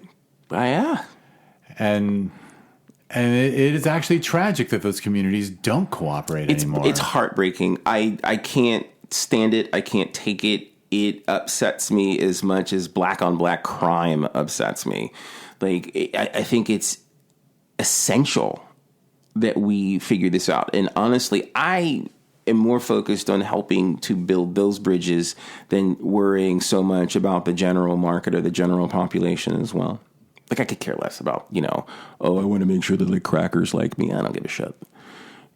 But I really want people to know in the Jewish community that, I care.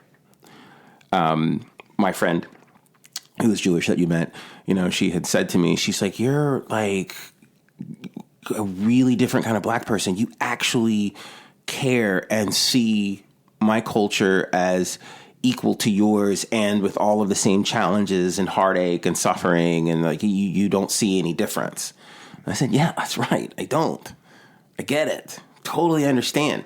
I have, held the hand of a woman who's a survivor, and it changed my life.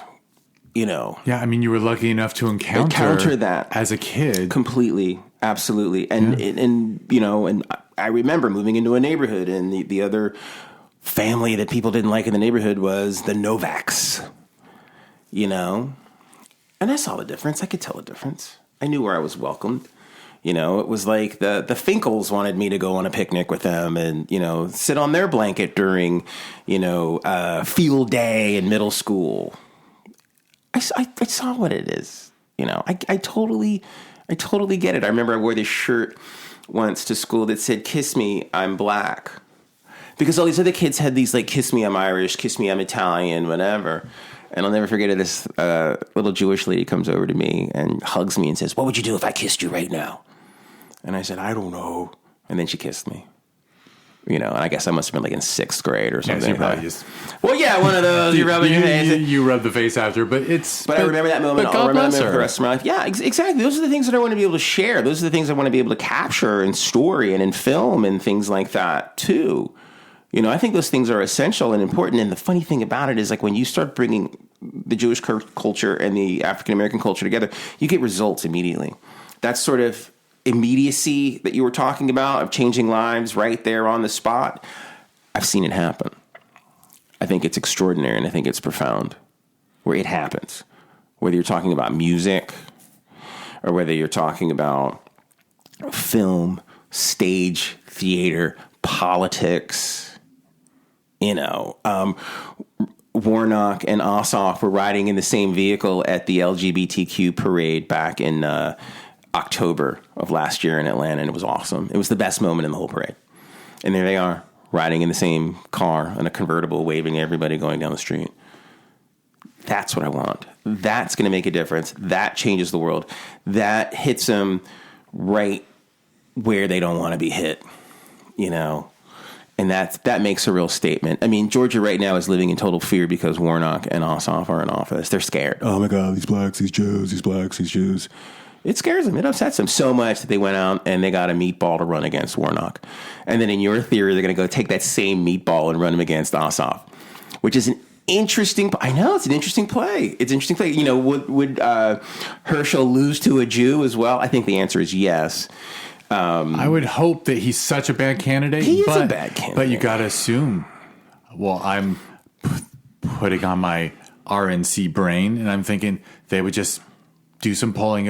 We can pull about 4% of the black vote away from Ossoff if we go with Herschel again. They'd have to have some weird Jew smearing campaign. There would be some weird. Well, they did it to him the first time, right? Yeah, there were like subtle hints. Yeah, there is that. But they might be more overt this time as well. Although the fact that they won by small margins, but won right, in spite of all the vote suppression and in spite of, well, besides vote suppression covers it. That pretty much covers what an amazing achievement it was to win in spite of the odds not being even. Completely. I guess I am an optimist because I'm thinking it means that like there's a good chance that like the state will continue moving in the right direction because they're not going to be able to cheat as much next time. Exactly. I don't think. No, you're absolutely right. That's why I'm hanging on. That's why I'm like, why am I still there? It's because of that. There is a lot of hope moving forward.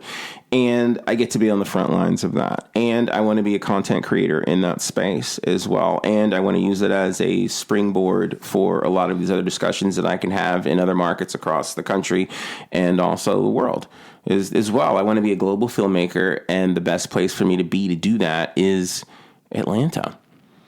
It's who knew? But it is what it is. But I do think it really balances between two communities specific to the African American community and the Jewish community that's there as well. That's how it's going to get done. That's how it's going to happen. And I'm convinced of it. And I'm very comfortable with that. And I'm very proud of that as well. And I realize that makes other people kind of weird, but I don't care. What are they going to do? They're not paying my bills. That's for sure.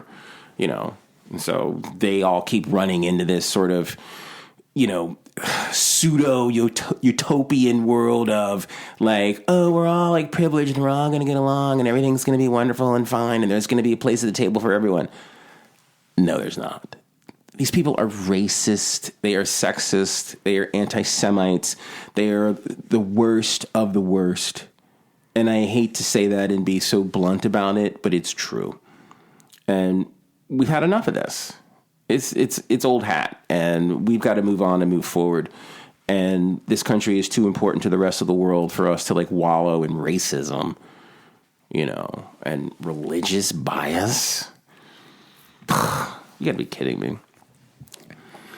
I'm going to be optimistic again and say that it feels like should I just you just name that when you name all the characteristics of that community, I kind of lean on the word deplorable. It's a good word. It's a good word. It might have cost Hillary an election, but the deplorable community, which I can't wrap my brain around what percentage they are. Sure. I would like to think California has a lower percentage than Georgia because we're a good 60-40. I think they do. And in California, you kind of know where they are too. They're very localized. They are. They're far away from the big cities, basically. Totally. It's rural. Yeah, exactly. Actually, it's a rural-urban thing, which exists in Turkey. It exists. Sure.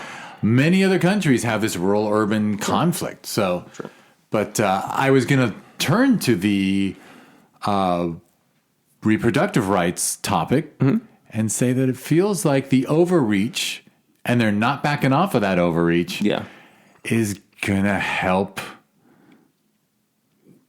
shrink that percentage of pure asshole. Like completely. It's going to backfire in their face. They don't even understand what they're doing. Because a certain percentage of their wives are going to go in the voting booth and come out and say, of course I voted for Herschel. But they didn't. They're going to lie to him. They're creating you're completely and totally right. They are creating a culture where they are lying to each other. They are eating each other. They are cannibalizing each other. They are not all on the same page. A large number of women who get abortions are white women who already have children, who are middle class, who are already married, and they don't want any more children. They don't need any more children. That's just getting abortions. So they've just cut them off. They're crazy.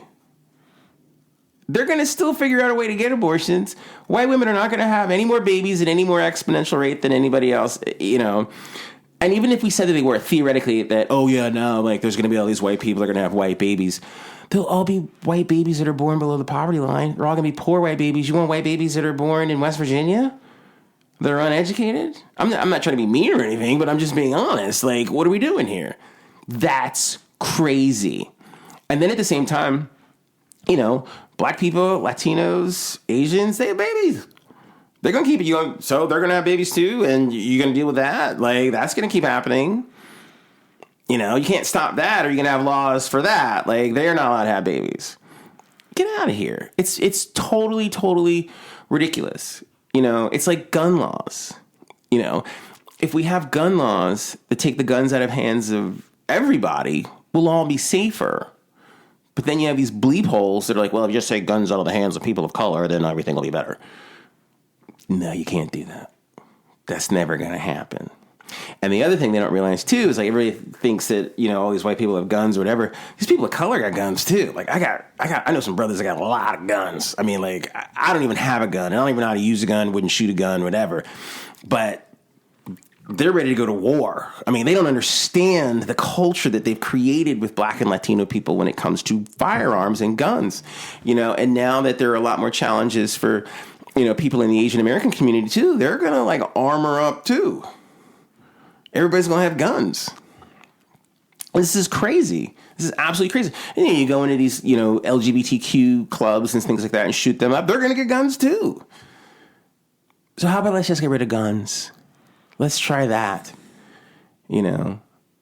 But they have this idea of like they need these guns to protect themselves from what? I don't know.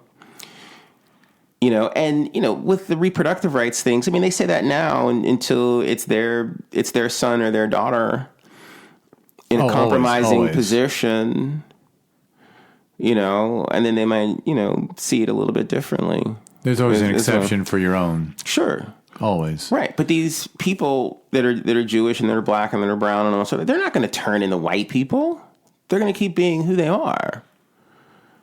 And I just wish that these conservatives could get that through their thick skulls that, you know, the 20th century is over. This is the 21st century. We are 23 years into the 21st century. So all of this 20th century hot garbage is done, just like the 19th century was over and all that hot garbage was done. And this is the first century where the playing field is pretty level, where Jews get a fair shot coming out of the gate, Blacks, Latinos, Asians, gay people. The 21st century is the first century in the history of industrialized mankind that the playing field is closer to being level, that we're all going to get a shot here. That's all they're mad about. They like the good old days when things were so bleeping unequal.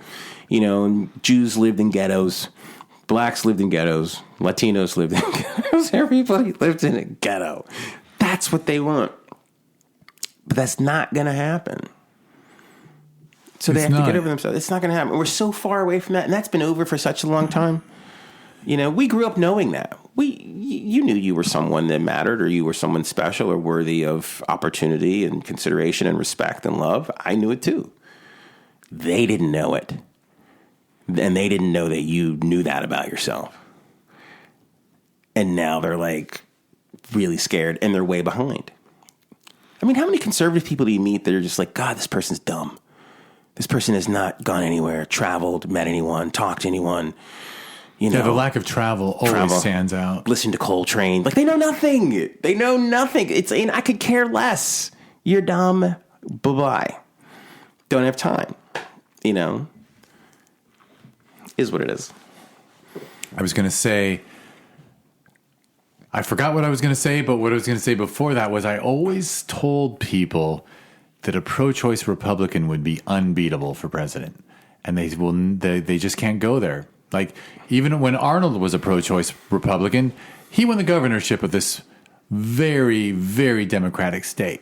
Mm-hmm. But they just can't. They can't do it. They can't do it. They don't want to mix. They're separatists. They're Aryans. Yeah. They. Oh, and I wanted to hone in when you said they're scared because exactly, because they don't realize, I'm just going to be totally prejudiced, that we're better human beings, and when we are in power or when they're not in power, we will not treat them the way they treated us. No. See, they assume that it's going to be turned around as fair play. Because they were so evil about it. Yeah, because they're like, why wouldn't you do what we did to you? And the answer is, because I know what it's like. Exactly. So, but they don't understand. Two wrongs don't make a right, and I don't want to be you. Right.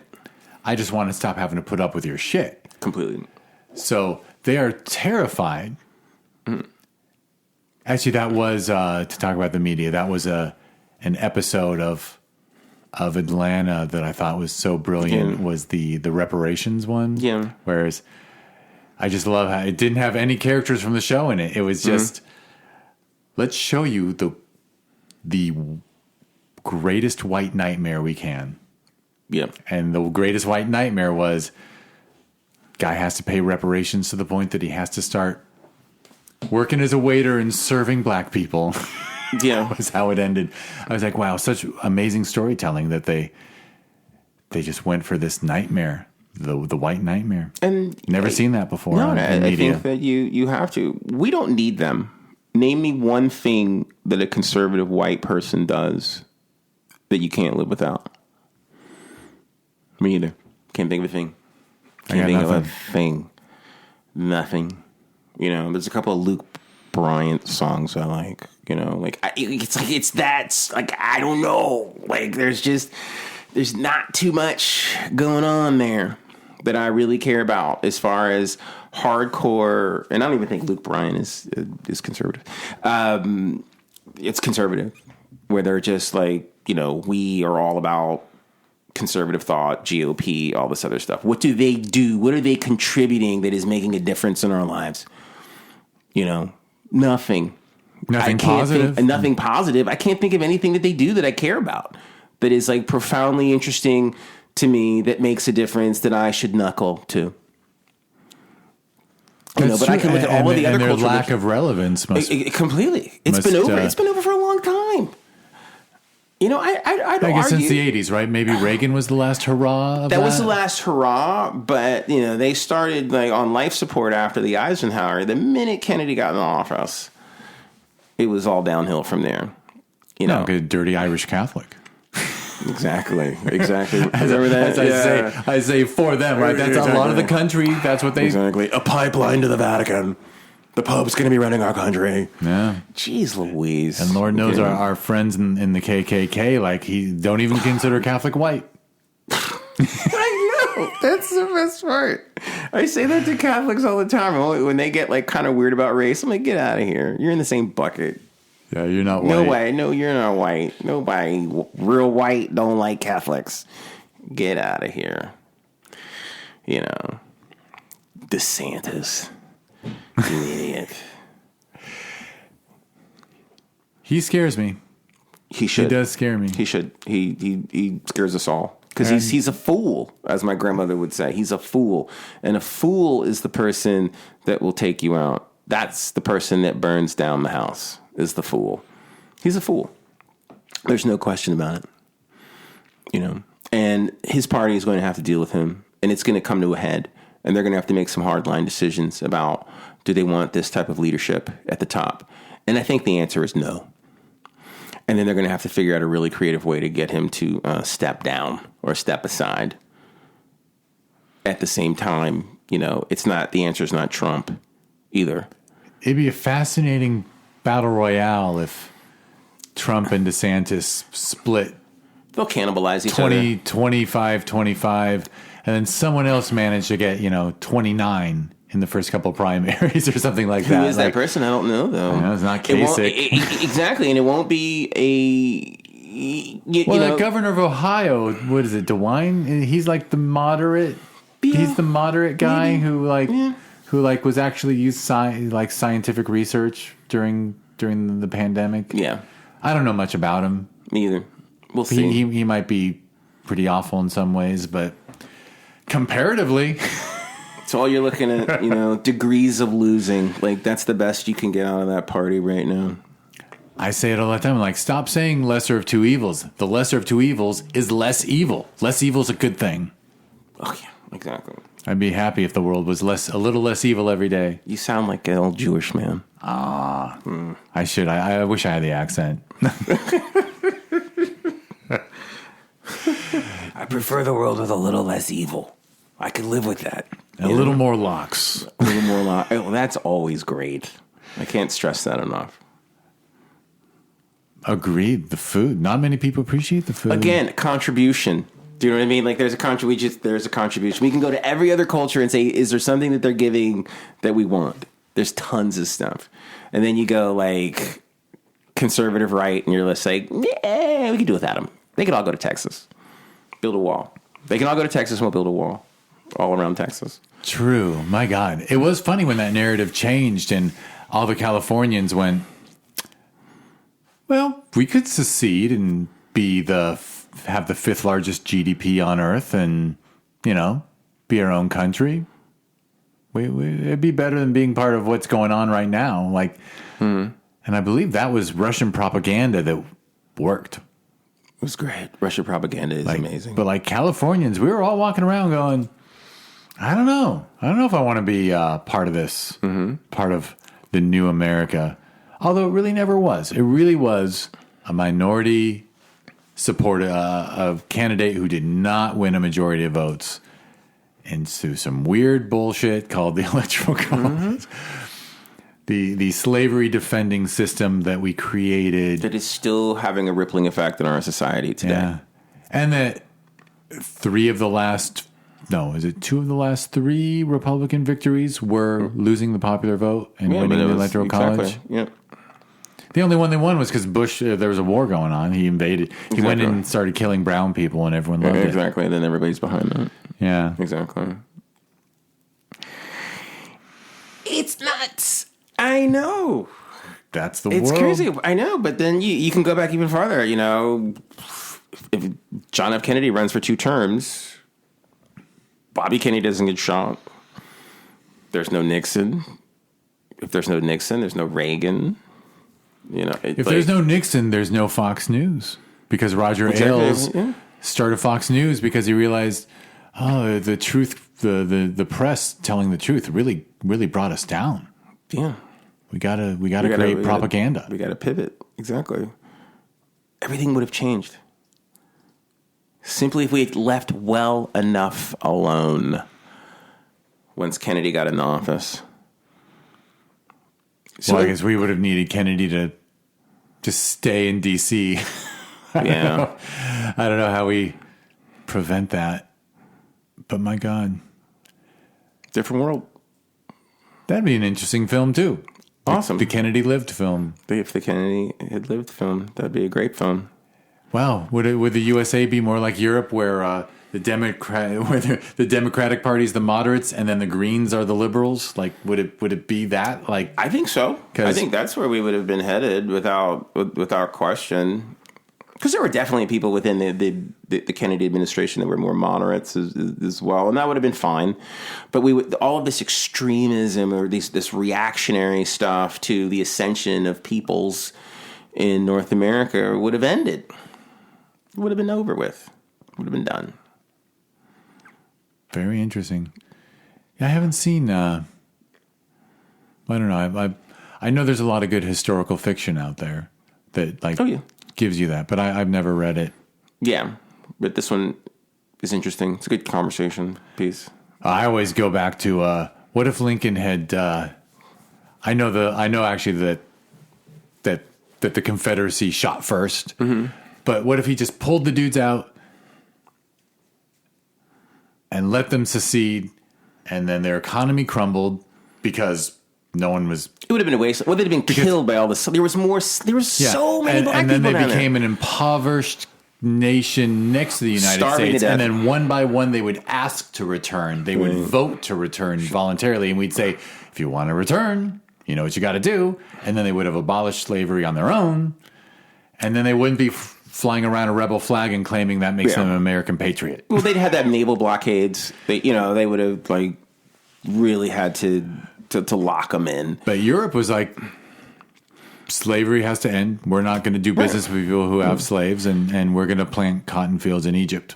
Like, Egyptian cotton didn't exist till the Civil War, because they said, it'll grow here too. It'll grow here too. Fine, so we're good. Yeah. No, yeah. I think that the South would have probably turned into something on par with Eastern Europe or something like that, where people were just sort of behind the wall, like Venezuela. For a certain time. Crumbled government, failed, and people would have poured in from South America, Central America into the South as well. Yeah, to help deal with the labor issues and things like that, and really trying to figure out how to build some industry. I don't know. Gosh, it would have been terrible. And they'd had so many race wars. They'd have had so many rebellions. The plantation system would have crumbled. There's just no way that would have continued on as well. But then you wouldn't have had the great migration of blacks. So I guess you would have. I guess they would have sought asylum. they'd have probably opened up, the opportunity if you could. Yeah, I mean the Underground Railroad, would the have probably numbers, but the expanded, numbers were small, right? Yeah. Like the numbers, the railroad was significant, but Sure. But I mean, I just can't wrap my head around the millions of people. You can't. No, you can't. That were. I can't remember the numbers, but recently I saw them. Excuse me. Recently I saw the numbers, like the number of people imported into the South, into the United States for slavery, and unbelievable number. 18 million. 18 only million. 6 million survived Middle Passage. 2/3 always died. For every 3 people, 2 are going to be dead when they put them on the boat. And that's when the population in the United States was nothing. Tiny. There was a time when there were more black slaves than there were white people, and at the same time too, you're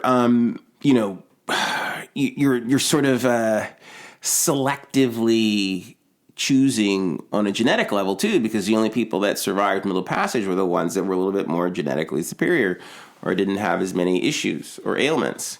And so you're automatically getting the best of the best. You're weeding out. And then, of course, for hundreds of years, they are selectively bred as well. I mean, they're not, you couldn't be a slave and say, I really would like to marry her. Is that okay, boss? That didn't happen. They're like, no, you have to procreate with this person because that person has great stamina or muscle mass or is tall or whatever. That went on. Black people weren't allowed to marry whoever the hell they wanted to marry until the Civil War, until slavery ended. Before that, you had to negotiate that. You were lucky if you got to be with the person that you were in love with. People forget that too. They don't want to think about that. There's a lot of trauma and all that. And then the countless assaults and rapes of women. I mean, that's insane. Well, and the treatment of children as property, taking someone's child away, away traumatizing, and selling that child for profit is insane. Something that so few people can wrap their mind around. It's almost impossible. People freaking freak out if their kid gets bullied at school. Right.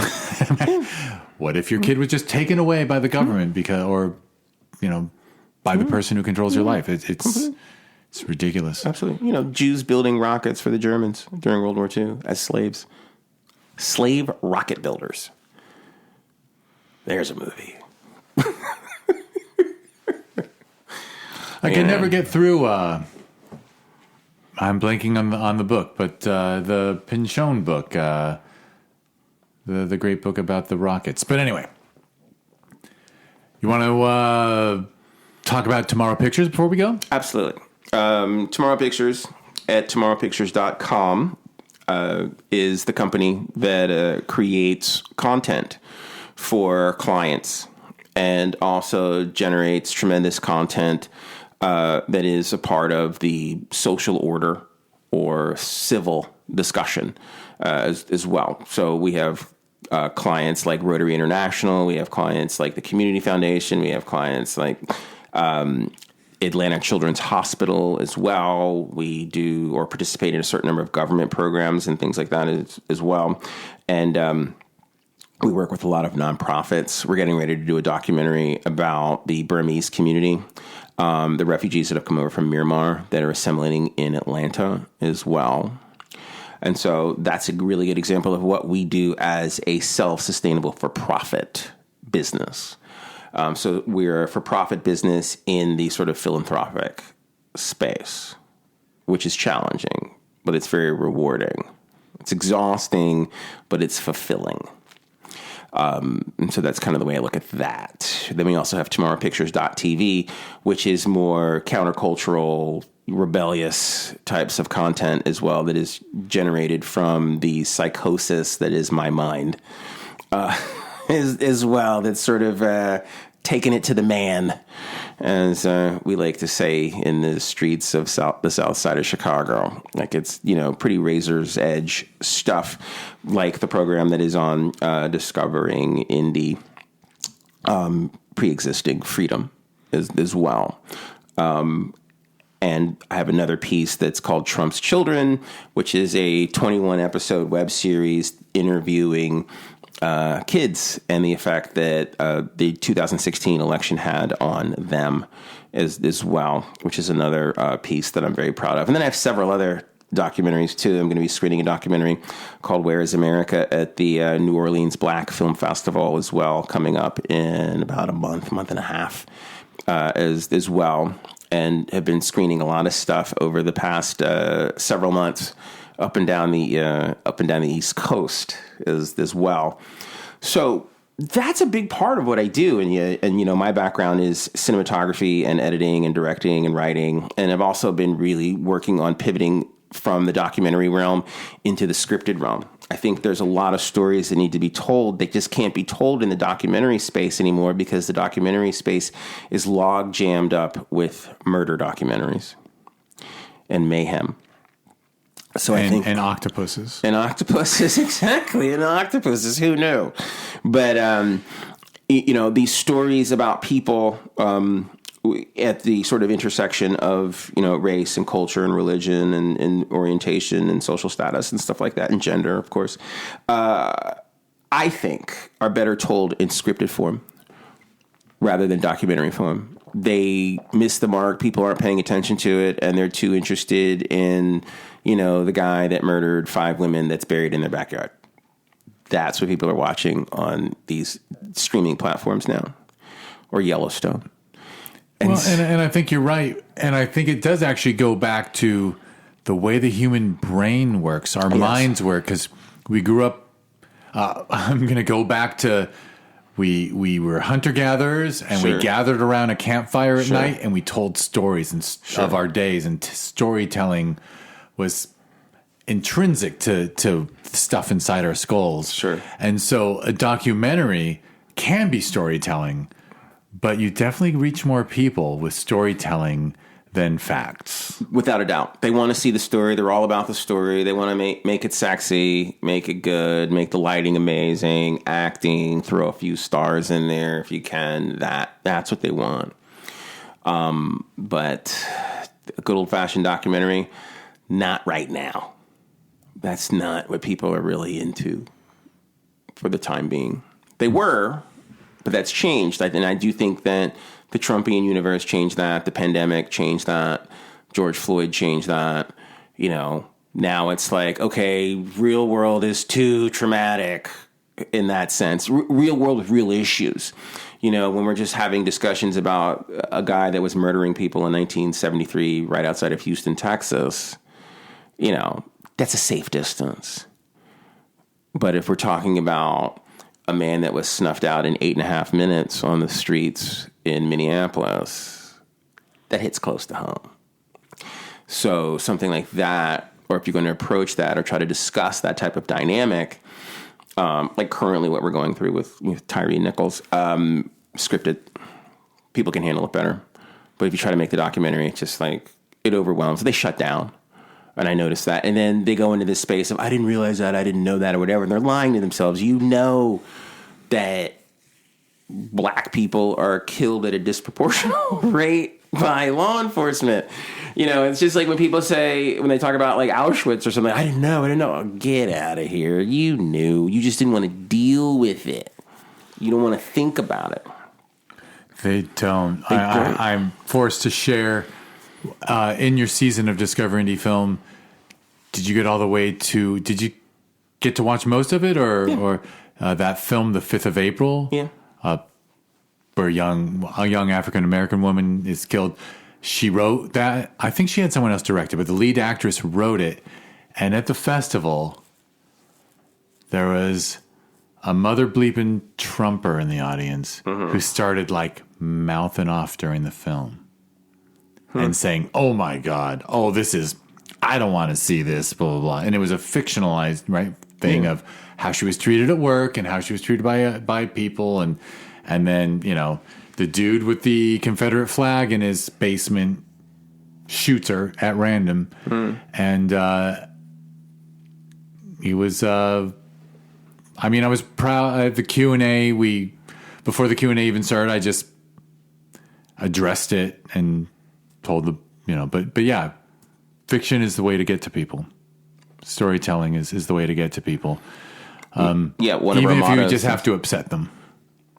you have to upset them. You have no choice but to upset them.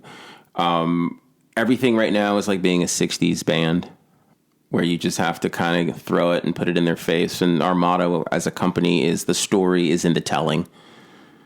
And we really believe that. And we really push for that as well. And so we see ourselves as a group of sophisticated radicals as well. Like one of my favorite rock bands of all time is The Doors.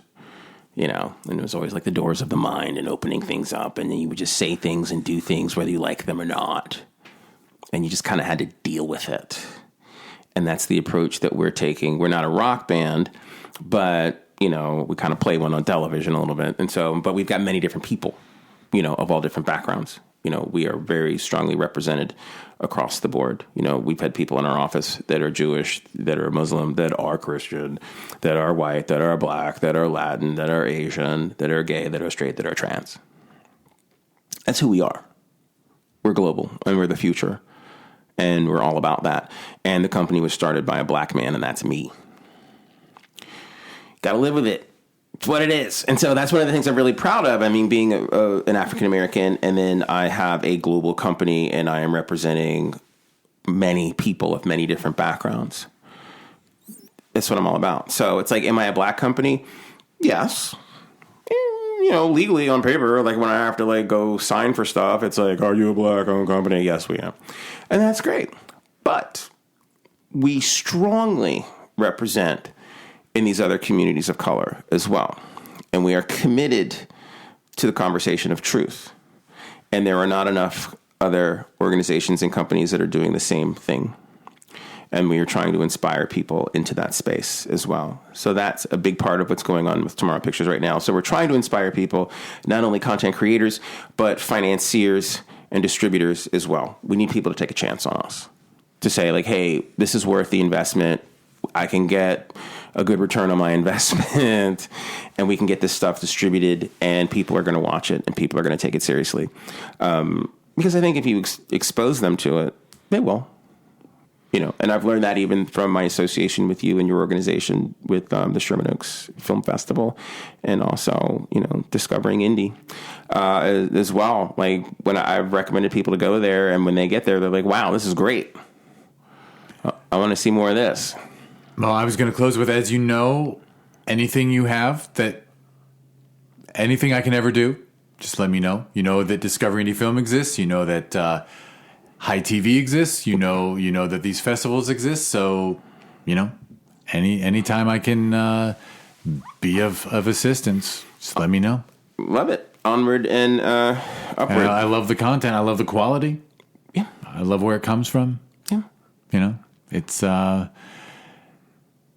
because you get that as important as it is, right. It has to be quality. It has to be good. Yeah.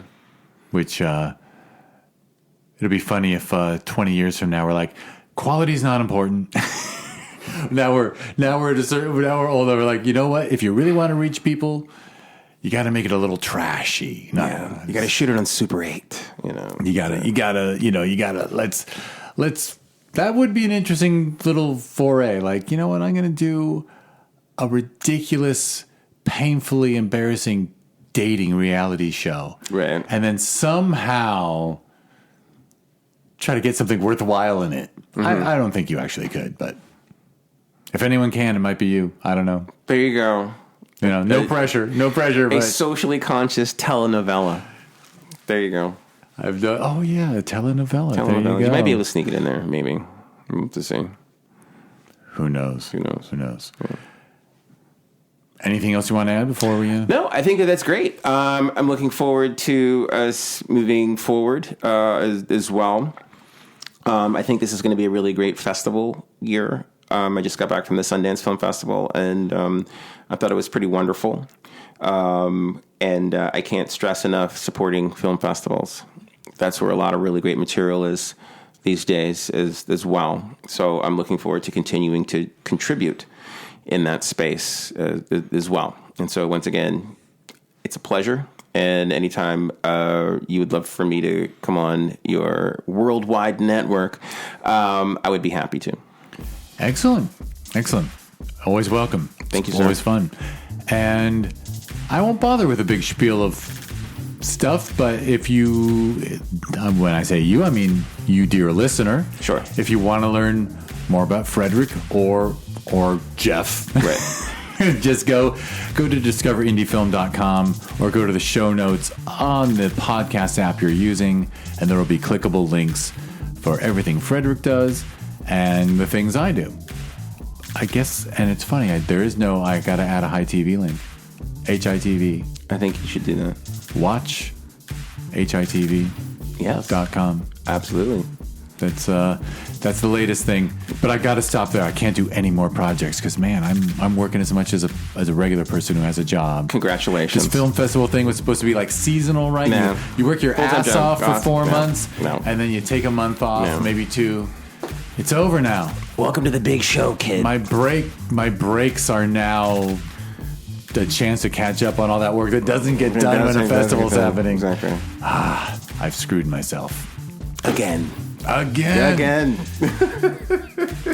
I'll blame my ancestors. There you they go. all were this work ethic. Look at you. I know you can't help it, can you? You're I actually couldn't. I'm like, this is a good idea. No one else would do it. I got to do it. That's the worst thing. That's why I'm jealous of those. I'm just going to say I'm jealous of those white people who just like, no, I'm just going to work for somebody else. Lazy as hell. And do Lazy. it. I'm just going to go to work, Lazy. come home, not care if the company lives or succeeds. Just make sure I got my paycheck, make sure I got my house, maybe an extra car for on the weekends for fun. Yep. Yeah, that's eat fast food and have a lot of inflammation.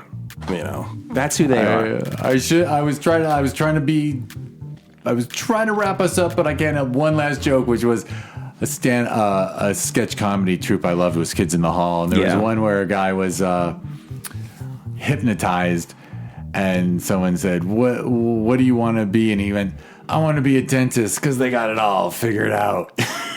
There you go. All right, that was funny. And on that, we're closing. On that, we're going to close. Thank you, Frederick. You got it, my friend. And thank you, everyone, for listening. Anytime.